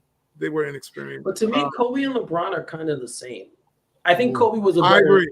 Yeah, they're kind of like in the same capsule for me. I think, don't be wrong. If I want someone to kick a last winning shot, I'll pick Kobe 10 times out of 10. Don't get me wrong. I'm definitely taking Kobe on that. That in that regard, yes, I like Kobe much more with that regard. I just when I look at how they both got their titles and the way it worked out. I think LeBron's titles are more tainted than Kobe's titles. Well, their first couple were both to me based on playing with another superstar player, like Dwayne Wade really with Wade. But Kobe was drafted to that team. That's LeBron. But that's context, right? There's the nomad part bothers me about LeBron. Yeah, that's fair. LeBron's he's what's the word? I don't want to call him mercenary. He's mercurial, right?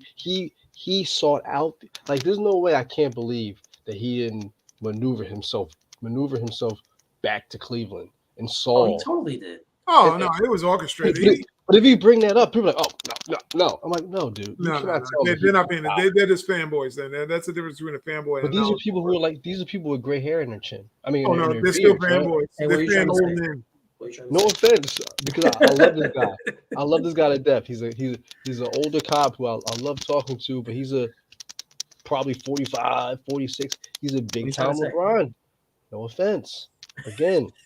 And I love this dude to death. We talk. I know somebody. And I'm like, dude, like you cannot be this much of a LeBron stan. They are. But they love LeBron because he's Bron. Because the things he does in the community. But that's not basketball. That's not basketball, though. No, but this dude played basketball. Like he played. Well, he might have played it. He might have played it blind. He played Division III basketball. I'm just saying, like he played collegiate. I have to keep basketball. I have to keep the on the court stuff on the court. Like if I have to do off the court stuff, then LeBron might be first. Yeah, if I'm being honest. Yeah, LeBron, Kareem, like those guys might be first. My argument always about LeBron. It's not about talent. The dude, he's a special talent. When I first watched him play, I'm like, I've never seen somebody that size move that quick in my whole entire life, and I was in awe of seeing that. Now, if you take a snapshot of me watching him on the court doing those things, mind completely blown. I watched his first game that was in Sacramento, and I'm like, yes, I watched that. I'm like, this kid is ridiculous. If you get caught up in that part of who he is, you're like, I've never seen a talent like that. Yeah. Which is true. Physical talent, I've probably never seen someone like that, other than maybe Sean Kemp. Sean Kemp is the one guy I always say, speed, agility, strength. Can get down the court. He wasn't as big as LeBron, but yes. He's like a freight train mover. Shaq would be the one. He's the Dante Culpepper of the NBA, right? Like, I mean, And but when they look at his accolades, it's how he went about getting his titles. That's the only thing when I talk about my asterisk for him is we're comparing him to some of the greatest ever, because the goal is about who's the great, and it's about how you win. You know. We can't take Magic Johnson for having James Worthy and Kareem. That's the team he was drafted to. He was drafted there. He didn't go seek them out. He came in. Kareem was very old at the time. It was like Kareem had his legend solidified to a degree. But Magic came in, and Magic made the biggest difference on that team. You know, let's just keep it a buck. He was the catalyst that came in, and he won 5 rings in the 80s compared to Bird winning 3. So those guys aren't doing what LeBron did still. You didn't see Isaiah Thomas go out and recruit Michael Jordan or anybody like that. That's LeBron's path, is noted as the guy who was a nomad and went out and find the greatest top-tier talent in the league. Not someone drafted. He went and picked the top 5 players in the league to play with, or at least a top 10 player. He went out and picked out his teams. That's a big difference. So I can't go and look at his titles like he did this organically. You join a super team every time, or near super team, no matter when you went out to play. So I'm not going to put you ahead of Magic. I'm not putting you ahead of Bird. When I say the best small forward, it's not because I grew up watching him play. Bird was just a killer. You watch those 80s teams from Boston who ran up high offensive scores. They weren't like this team that was like the Pistons. Like, they judge a lot of the old school to the Knicks and the Pistons. Like, oh, you guys had low scores and played this grungy game. It's like, no, the Pistons and the Knicks did. for the most part, they had scores used to be 135, 145, Lakers and Boston. Those were the games. They were just so fundamentally sound as teams. They were able to score and also defend.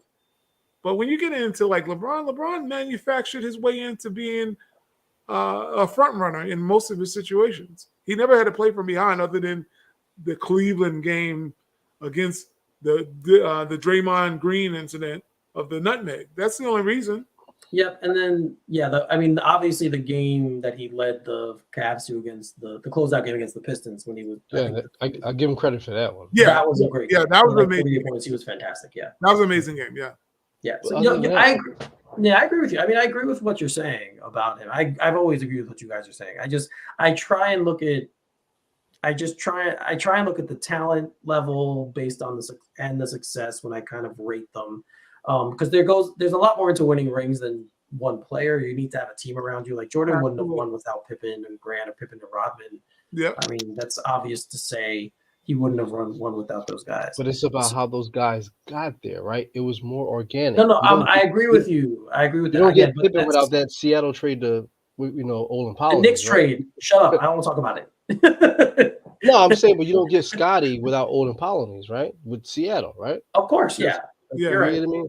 You see what I'm saying? You're right. LeBron's like, well, I like this guy. I like, dude, it devalues. I mean, that's why I heighten up Hakeem. Hakeem really won with a lot of scrubs, with some janitors. I'm not being Kenny Smith, Mario Ellie. He didn't have one all Mario Ellie. Let's think about that for a second. And Robert Horry and what's his name?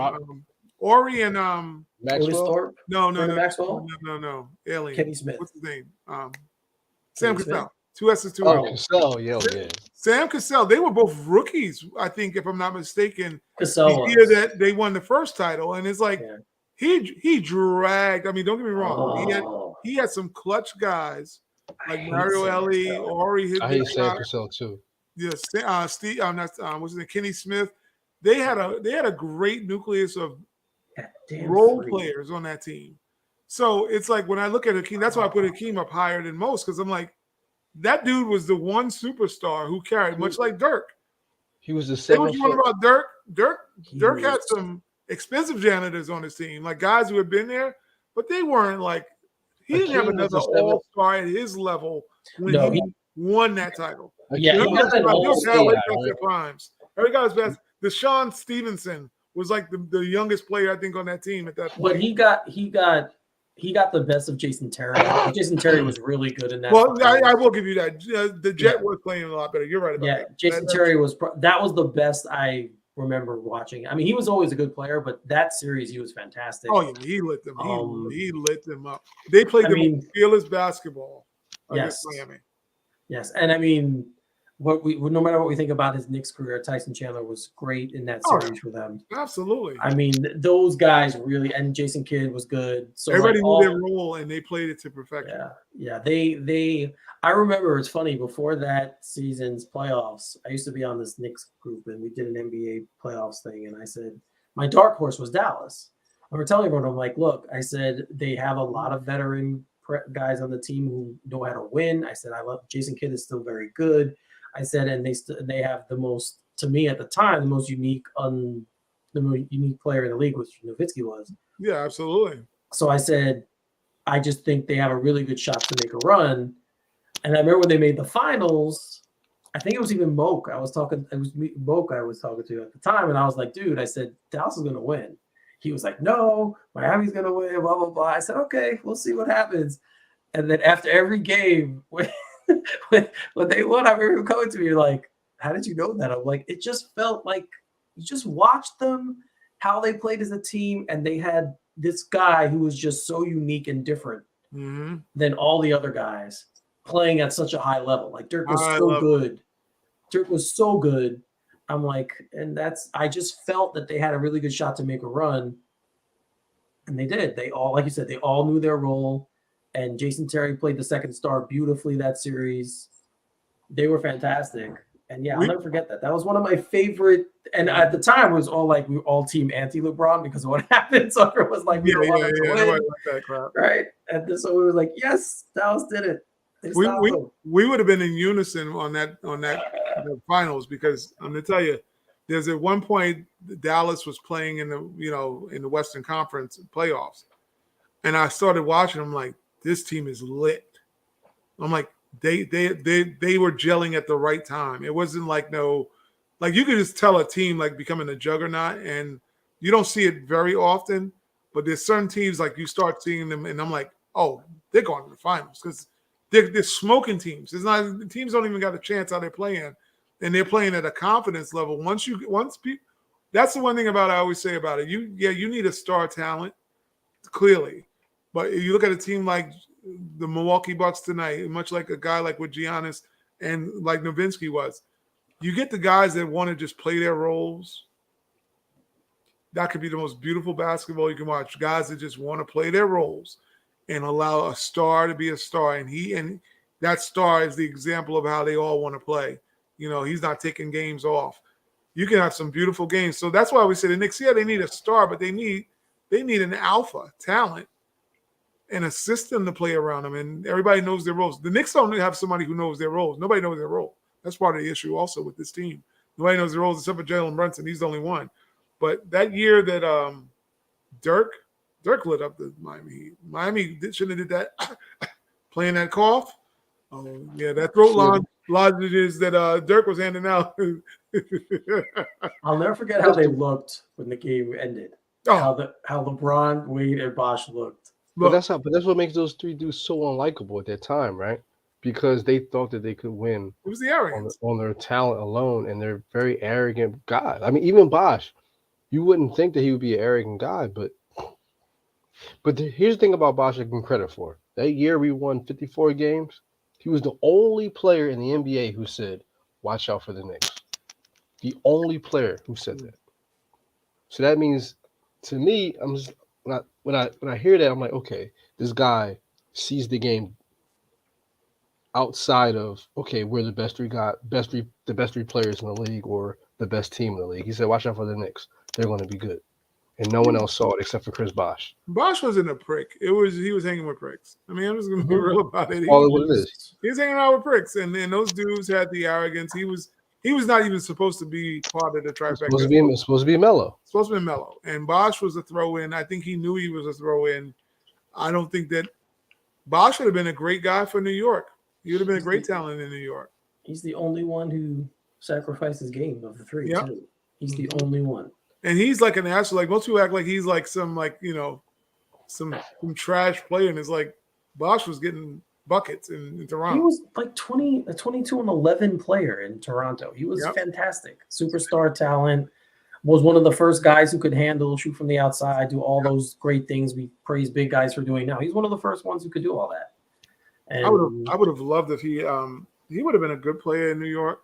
We always give guys past their prime. That's part of the issue. Amari, I loved Amari. It's just everybody knew his knees were gummy bears except the fan. He gave us a good year and a half. What is it, good 30 games? Well, yeah, a superstar level play, yes. He was that was great. But he still gave us another year after that where he was a very good player. And then I just had this discussion today. I was talking to my wife about it. I was laughing. We're talking about basketball. And I'm like, she's not a big hoop fan, obviously, like I am. And I'm like, you have no idea the antics that the Knicks have put us fans through. It's like they signed Amari, who we loved, and they knew his knees were bad. And it's like, how do you come out and sell that to us? Like, oh, we finally got a star talent. Because I thought Amari was phenomenal. To use one of his words, phenomenal. In Phoenix, there was no better two-man game to watch. I know people might say Karl Malone and Stockton. Man, when Nash and Amari were playing that high-level basketball, maybe Sacramento Kings, maybe that with Weber and Bibby and all those guys. But man, those dunks Amari did diving into the lane. Yeah, those murder. Before his knee issues. Yeah, they were that duo was a problem. That duo was a huge problem. I mean, he was so disrespectful on some of his dunks. Disrespectful. Yeah, you know who coined him? It was so funny. When I first thought it was a slight because I was like, oh, he's just taking a jab. It was Stephon Marbury. when he was in Phoenix, he said, which at the time people thought he was, being a prickly or whatever, and it was blasphemous. He's like, he's better than KG. That's what he said, and everybody's thinking, oh, the Minnesota fallout or whatever. He was like, no, this dude's better than KG.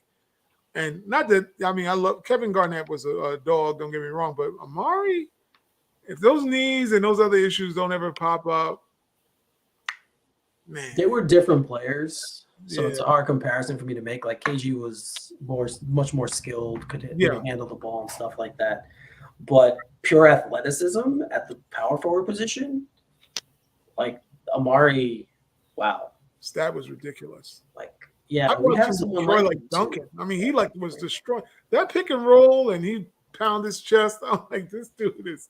He had no respect. I mean, Shane Battier probably will tell you that when he didn't pick up Shane. Oh yeah, when you give him a little fake. He's like, I'm gonna be good. Nah, that's all right. I think that's when Amari knew it was over. When he had to resort to that, right? The fake, I'm gonna help you up, and then you don't. Like, I liked it, but I think Amari knew, like, I'm probably done. It's so funny. Imagine they had just kept Billups. That's the only thing they had to do is keep Billups. Because they played good against Miami when that trifecta of him, Melo, Amari, and Billups, they went down to Miami and handled their business. I'll never forget that layup. Who was it? LeBron went for the layup, and Mari comes out of nowhere and blocked it. And New York was lit. How do you? Billups would have been our first point guard probably since Derek Harper. Literally, he would have been the best point guard since Derek Harper if they just kept Chauncey Billups, even at his advanced age. No, they wanted Tyson Chandler. Let's get Tyson Chandler and skip Chris Paul. I feel like I'm watching something like that. We have a guy who could be Amari like, and they don't use him that way. So I want to see him and Brunson like work full circle. It is full circle, yeah. Coming full circle now, because that's what we need. We need that. We need the latch, the key to come off, the latch to come off. We need them to turn the page, move on from obviously Randall, if they can. I don't care how they do it at this point. Just get him out of here. Like I said, I'll give first round pick. I'll attach first round picks if it means moving him. But this is why you need a person like Berman to come in with that most craziest theory. Like I'm saying, like this is why Berman is useful, right? He'll come in and trading Randall for this guy, and I'm like, oh, okay, and then kind of puts it into the ether. Okay, you got to get this guy out of here. But Berman, since he wanted to retire, he's semi-retired. I think he's still post. With all due respect to the guy, he's still post. I do think that Phoenix trade, that Phoenix angle, it should be explored though. I do. If they really are looking for a power forward, I do think he would fit so perfectly because you need a guy who can. He's a 4 who wants to shoot the 3, and that's what they do, right? He can be an efficient player if you give him that role. We've seen it in the past. So he wouldn't have the same role in Phoenix as he has here in New York. And I think that if, again, playing with Chris Paul, that's his team. Like Chris Paul and Devin Booker's team. So you need to get in where you fit in, buddy, but you're not doing all that jumping, whirling dervish crap in Phoenix. There would be no step back threes. It would be drive and kick, and you're going to catch these in the corner. You're going to shoot them. That's or you're going to get fed in the paint. Exactly. You're going to be rolling pick and to roll. the paint. We're going to do a pick right. What you're going to be doing. We're going to do exactly. Me and Devin will handle the ball. You set a pick, dive. We'll get it to you. You finish. You and DeAndre will be those two guys. And Chris Paul's going to tell him, you want to be a wing, you're going to Buffalo Wild Wings because you're not a wing here. That's what he's going to say. That I do think that would probably, of all the ideas I've heard, that's possible, and I think that's one they should definitely explore. Definitely look into this trade. And you'd be doing him a favor, right? You would you can't tell me that he's happy being on a sub 500 team, right? Well, but you know what? You say that, but there's some players. It's his team. It's his team, and look at Derrick Rose. Derrick Rose is a prime example because I always say, and I'm a D Rose fan, but why the hell are you here? You shouldn't be. You should be. You should be knocking on every door saying, "Get me the heck out of here." I need to. But he's such a humble dude. He probably has no problem being that guy at this point. I think that's nobody. coming, though. I don't think nobody would give him the role that Tom Thibodeau has given him. I'm not being funny to him. I do think that's coming, though. I think his time here is short. I don't think he he's should be in gonna Milwaukee. You know, I've said that for the longest time. It's closer to Chicago. Send him to Milwaukee. He fits in great in Milwaukee, coming off the bench. He's not going to be here past the trade deadline. He's one of the guys I have out already. He's not playing enough as it is. He's not playing that much. And to me, with the way quickly he started the season, Rose should have been playing. That's the whole thing. It's like, how did you not play Rose when Quickly was trash? If you're trying to win games, why are you not playing a guy who you claim to love and trust and all this other crap, but he's not playing? So I think Rose is gone. Obviously, Fournier is on the first boat out of here. Whenever they can get a trade for him, he's not even playing. What the hell's the point? Cam's the weird dude right now. I don't know if he's on the block, but I don't know. I don't know if they want to trade him anymore. I don't know if they want to trade him. But I think now teams might want him more because he has proven to be a serviceable player. He has proven that if motivated, he can be a good defensive player. And you better do it. So no offense I think, Cam, but get the pick if you can. I think it's possible that he would be a desired player for certain teams. But again, if you're making this Randall trade, you're also saying to the Knicks, okay, we're trying to reset a little bit, right? Yeah. If you trade Julius Randle, you're saying we're trying to reset the focus in the future. So you might want to keep Cam Reddish because he's a younger guy and he might fit into what's going on.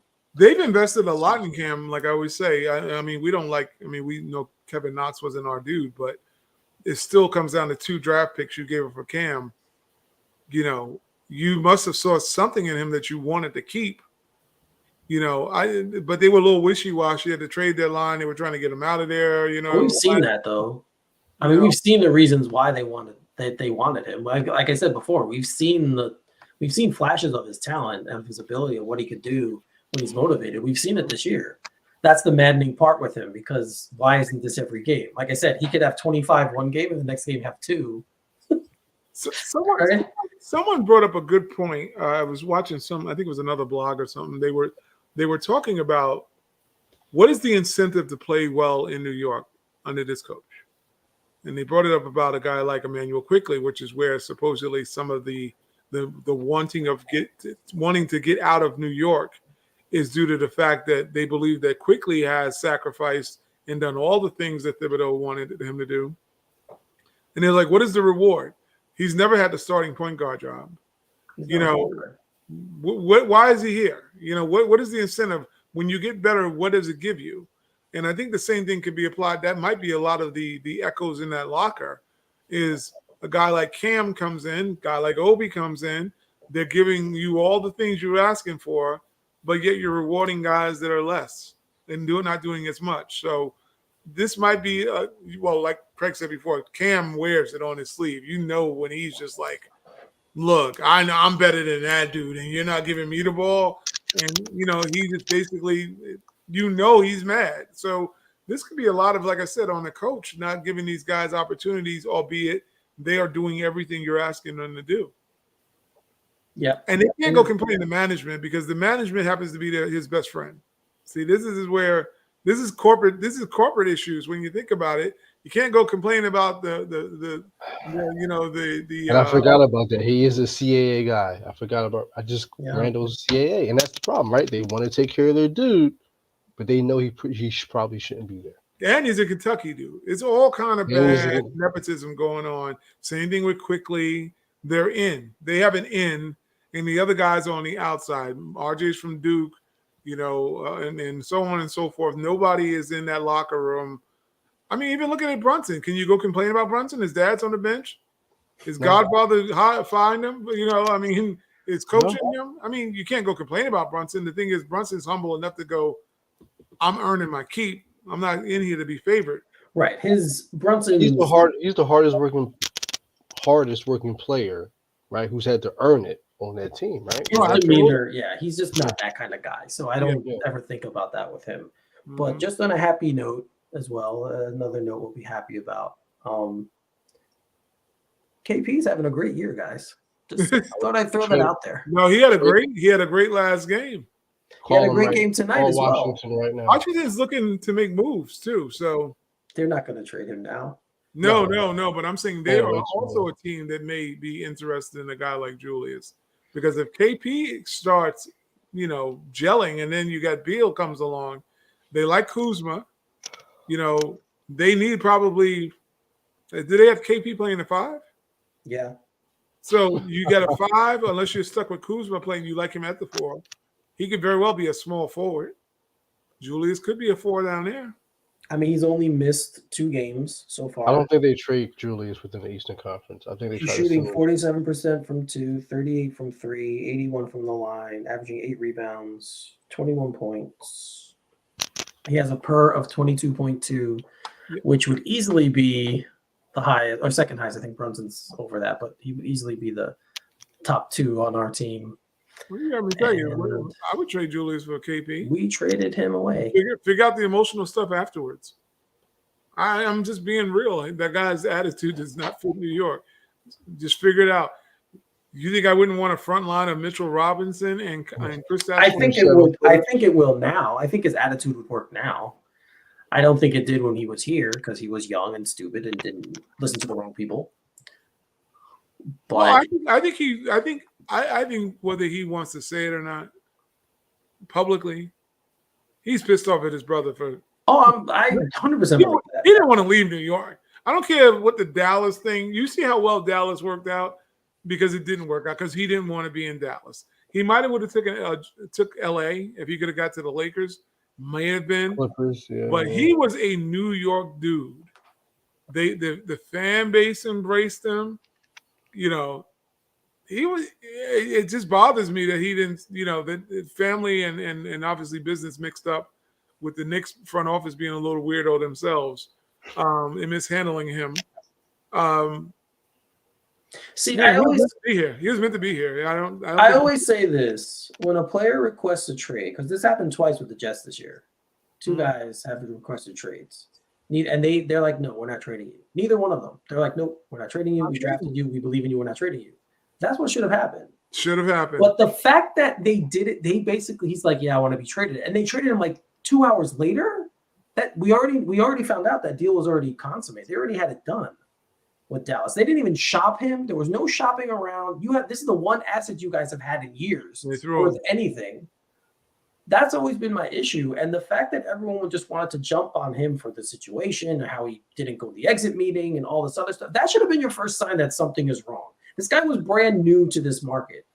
Okay, he was brand new to the country. He's not an American. He came from Europe, where things are done very differently, very professionally, very buttoned up. His first reaction was, you know what? I don't want to talk to my team president because I don't think he knows shit. That's probably what he said. And after everything that happened, and Melo was probably in his head like, yeah, you got to be more careful about, I don't. Oh yeah. Everything that was happening there. So he's listening to him. He watched how they treated Melo. I mean, that was another thing, I mean, when you look at once again, we go back to Julius and RJ's dynamic. You're watching what they're doing to your star player, and also goes back to Craig's point about why they're not doing Julius a certain way, because it sets a precedence in the locker and within the team that if you took a guy who was the MIP and you got rid of him, quickly or whatever you want to say, or you mistreated him, then what makes me want to invest in you long term? The same thing with KP. He's like, well, why am I? Carmelo's one of the legends in the league, and you did him this way, why would I want to stay around? And then his brother's in his ear too, chirping. I mean, they were an incompetent front office. I mean, I'm not being funny. I mean, Knicks haven't been incompetent in a very long time. So he has every right to have those emotional feelings like we can't win here because I don't think these guys are capable, especially the guy Steve Mills. Would you trust Steve Mills to build a team? I know I wouldn't. Craig loves Steve Mills. I like his suit game. I mean, the dude was probably the best dressed executive the team has had. Dude, anyone who doesn't have who get kicks out of the league for not being good enough at his job, and only one guy wants to hire him back because he's his friend. I mean, come on. Steve Mills shouldn't have been running an NBA team. He was a vice president of a bank or something. I'll give him credit for not. Scott Perry should have been running the Knicks. I'll give Mills a little bit of credit for not trading first round picks. That is it. Yeah, but I he mean, signed Tim Hardaway Jr. to a big I- contract. So no, no, that Yeah, totally the gets rid of Tim- him. I get it. He But was just one I of the get it. worst. No, I get it. I'm just saying. I Like, think it's, everybody looked at that, including Tim Hardaway's family. Was like, they gave you what? Nobody thought he deserved that. I don't think because that was when they just hired Perry too. Perry was probably like, "What the What? hell?" did Yeah, this Perry dude just do got. I to think he me?" was on board, and then Well, Scott he Perry. inherits Scott that check on what? Tim who? And Tim Scott Duncan. Perry He said, probably found out on his ESPN alert. You hired Tim probably Duncan, didn't like you know. didn't Tim Hardaway. He's like, no, we but that Yeah, speaks we volumes don't- about Scott Perry. He still has a job, right? Because because he he's a knows what competent- he's doing. He he does knows know what what he's he's doing. Yeah. He he does. turned that Melo trade. I would say that's what I knew Perry was doing because people That was a good trade. You I were mean, never going to get nothing from Melo. That's all you heard. The value for Melo, and he pulled that off. And Mitchell Robinson today is here because of Melo. It's the Melo trade. That's I wish we would have kept McDermott. I wish McDermott would have worked out. That would have been nice. McBuckets. We could use the McBuckets now. That's for Guy sure. could shoot. well, that's why what's the guy? Sky Machulicanio, whatever his Oh, name is. Like, Hylook. yeah, he Steve would Hylook? work. He should be like he's the 3-point shooter you need on this team, Oh, yeah. right? And He'll he's sitting never- on the bench. He's He'll never never played. see the floor. He'll never He will play. never play. He should probably get a shot, but he'll never play. Look, Evan's sitting on the bench. If Evan's sitting on the bench, I'm and sorry. I'm an Evan fan, I was like, I don't care. Fournier. He's got to go. Trade him. I don't care. The fact Well, that it's a he's on the contract, bench and you yes. need shooting tells you enough about the Knicks. Yes. Yeah, but we'll let Julius keep shooting threes though. 'cause, Yeah, Yeah. let him shoot these low percentage shots. you know, because he's Well, so I good guess at it. the only thing I'm going to pull a little bit off of Mills is that his crowning deal will be whatever this draft pick falls. You know, because this is part of the KP. Oh, Perry. The Oh, you mean Mills technically traded KP, so the deal gets consummated with the 2023 pick. Hopefully Dallas doesn't keep it because it's still top 10 protected, but I think I don't think they're going to finish in the top 10. I wouldn't think that with Luka Doncic on the team. They're not going to finish great, but I don't think they're going to be a lottery team. We'll trade Julius there. Dallas wouldn't do that. Why not? They I would- need someone. I would take Christian Wood right now. Ty's just staring at me like, Eric, shut up. You know what I'm No, talking I would take Christian Wood Because over that'll help them right win, now. actually. Well, no, that would help them win. I mean, We want them to win. yeah, I would take Christian Wood over for Julius Randle. Right now. Yeah, but he's one of their better players. They wouldn't trade him. We'd get Tim Hardaway Jr. back. Come on, Timmy. No, Where's but the Leon, Timmy? Hey, he can yeah, shoot. but that's the He can beauty of shoot. But that's the beauty of Leon Rose in the front office. They would say no, right? So it's like it's a blessing and a curse. Like they're like, oh no, we're not doing that. I want to do that though. Maybe we could get Dinwiddie and have I would take I like Dinwiddie. Dinwiddie. I would take Dinwiddie right now as our have starting. Tony two Brothers coach the rest of our games that he always screws us on. You heard about that story about he got what he called Dinwiddie. guard. I would take Dinwiddie right now as our starting two guard. Once Tony Brothers don't coach no more, he always screws the Knicks. He would really screw him with Dinwiddie on his team. I know. I want that to happen now. We need to get Hardaway Jr. back for a third time. No, thank you. I think that would be. His father was flipped out so much. Well, me and my wife were watching the game we were watching the Golden State Dallas game last night, and Tim Hardaway, she's like, "That's your boy, right?" That's the dude, right? And I was like, "Don't even mention his name to me. We'll get a divorce right Why now." not, Craig? Why not? You know how much I hate Tim Hardaway Jr. Dude, I hated him before anybody. You just thought, when they signed him, I was like, what the hell are we doing? This guy is trash. They gave him like what, $20 million a year? It was 4 What years, was it? 72, 472 Some or something stupid like that. deal. And It was I'm like, like that's huge. our signing. That's who we're signing. I'm supposed to be excited about this dude. He's already was here. We got rid of him, and now we're signing him back. I could understand them signing Timmy because he did get better going away. When they traded him, went he to got- Atlanta, yes. when he went to the G Atlanta, League, he got real went to the G coaching. League, But it was like, you signed him for what was the question after they signed him? It was like, 472. that was one of the most ridiculous contracts. You're like, you don't sign him for that. Yeah, we want him back. You can bring him back, but he's left on a smart contract. That's the guy they signed to pair with Porzingis. Tim Hardaway Jr. is the Not a guy point they guard. signed. Not a point guard. Tim Hardaway Jr. Guys, why do we root for this team? Let me tell you, I'm about to hit the the psycho pension pretty soon with this team. You can This is tell why I it's have a getting lot of late this in the because house. I'm This is why I laughing have a so much. lot of this in the house because of the Knicks. Because oh man, I can't. They just if I don't laugh, I'd cry. So I have to laugh. You gotta laugh at it. Because they have just given me nothing but misery in almost 25 years now. Yeah.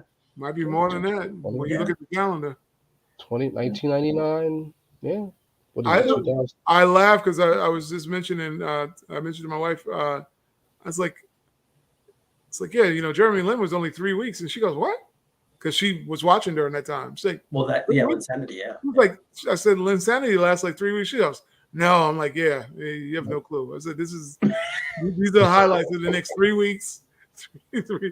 A weekend at Bernie. 3 weeks. The Knicks and 3 weeks. 2 playoff seasons. 2 playoff seasons in 3 weeks. That'd be a good title for a movie. 3 weeks and 2 playoff seasons. That's been our highlights.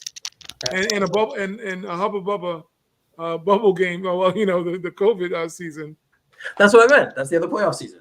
The Melo one in 2012, and then that one. That's just those are the 2 we've had. As New York fans, we should be. And then we had 1 or 2 with Marbury. I don't remember which one, but whatever. We were like the 8th seed anyway. It didn't matter. We were terrible. Didn't matter. Him, Steve Francis, Tim Hardaway, Tim Thomas. Destroyed. We sucked ass. So terrible teams. We were so bad. That was bad. But that's why we're here. That's why we're here talking, because we have to keep doing this, because if we don't, we go crazy by ourselves. And misery loves company. Apparently created this beautiful podcast. Yes, and great friendships, obviously. Yes, you guys have been great.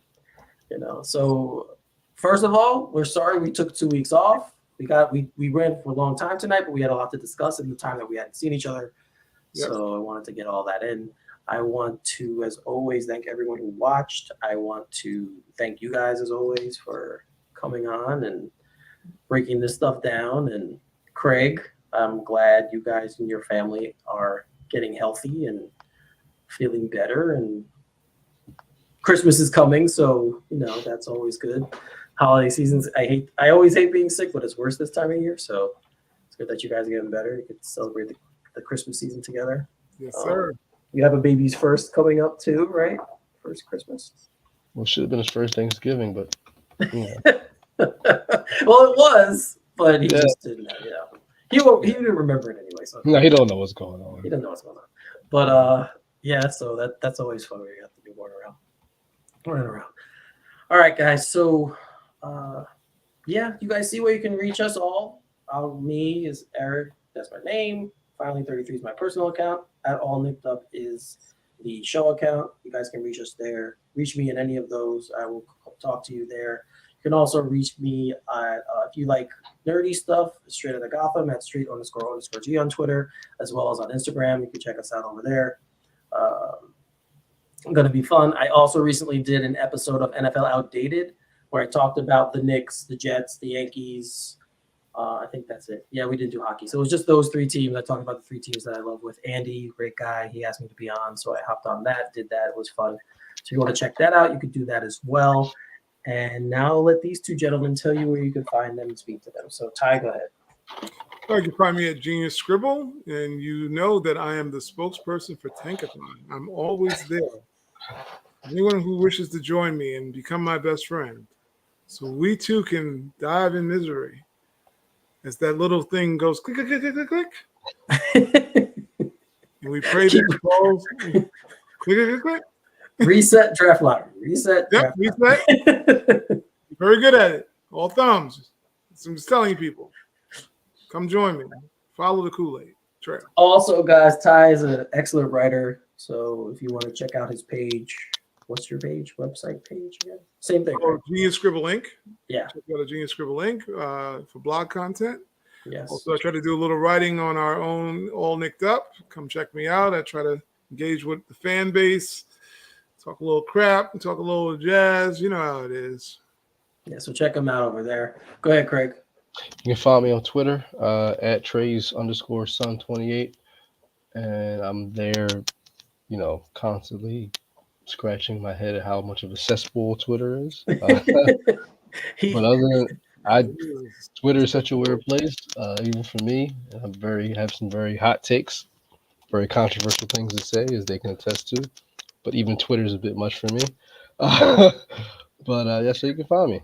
You should put that stuff out there, man. You'd have, Mm. man. When I first started, just real quick, when I first started on social media, I talked a lot more politics than I do now. Mm-hmm. And really quickly that got old It's because I not, was like, you know what? It's not worth it. no, It's not. not at You're all. not going to change anyone's mind. So I Mm-mm. stopped doing it. I stick to things I enjoy, like sports now and comic books and movies and all that stuff. I enjoy doing that.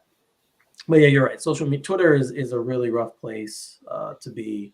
And you got to have thick skin if you're going to be there. I'll say that. There's just some people in this space who are there, who are friends of mine, who I'm like, yeah, you shouldn't be on Twitter. Just you can't handle it. I've said it to their face though. I'm not saying anything to you guys that I wouldn't say to them. So I've said it to their face. They really shouldn't be there. But regardless, all right, we will be back next week, everybody. Wednesday night. If there's a game, we'll be on after the game. It's weird. The 2 weeks we didn't go, there wasn't games. And tonight there was another game on, so we came on after the game. And every game, I think we always talk about losses too. So maybe that's not a good idea to do the show Wednesdays. But we will be back next Wednesday. If no game, 9:00. If there's a game, of course, after the game, we will be back. So for Craig and Ty, I'm Eric. You are watching All Nicked Up, and we will see you next time.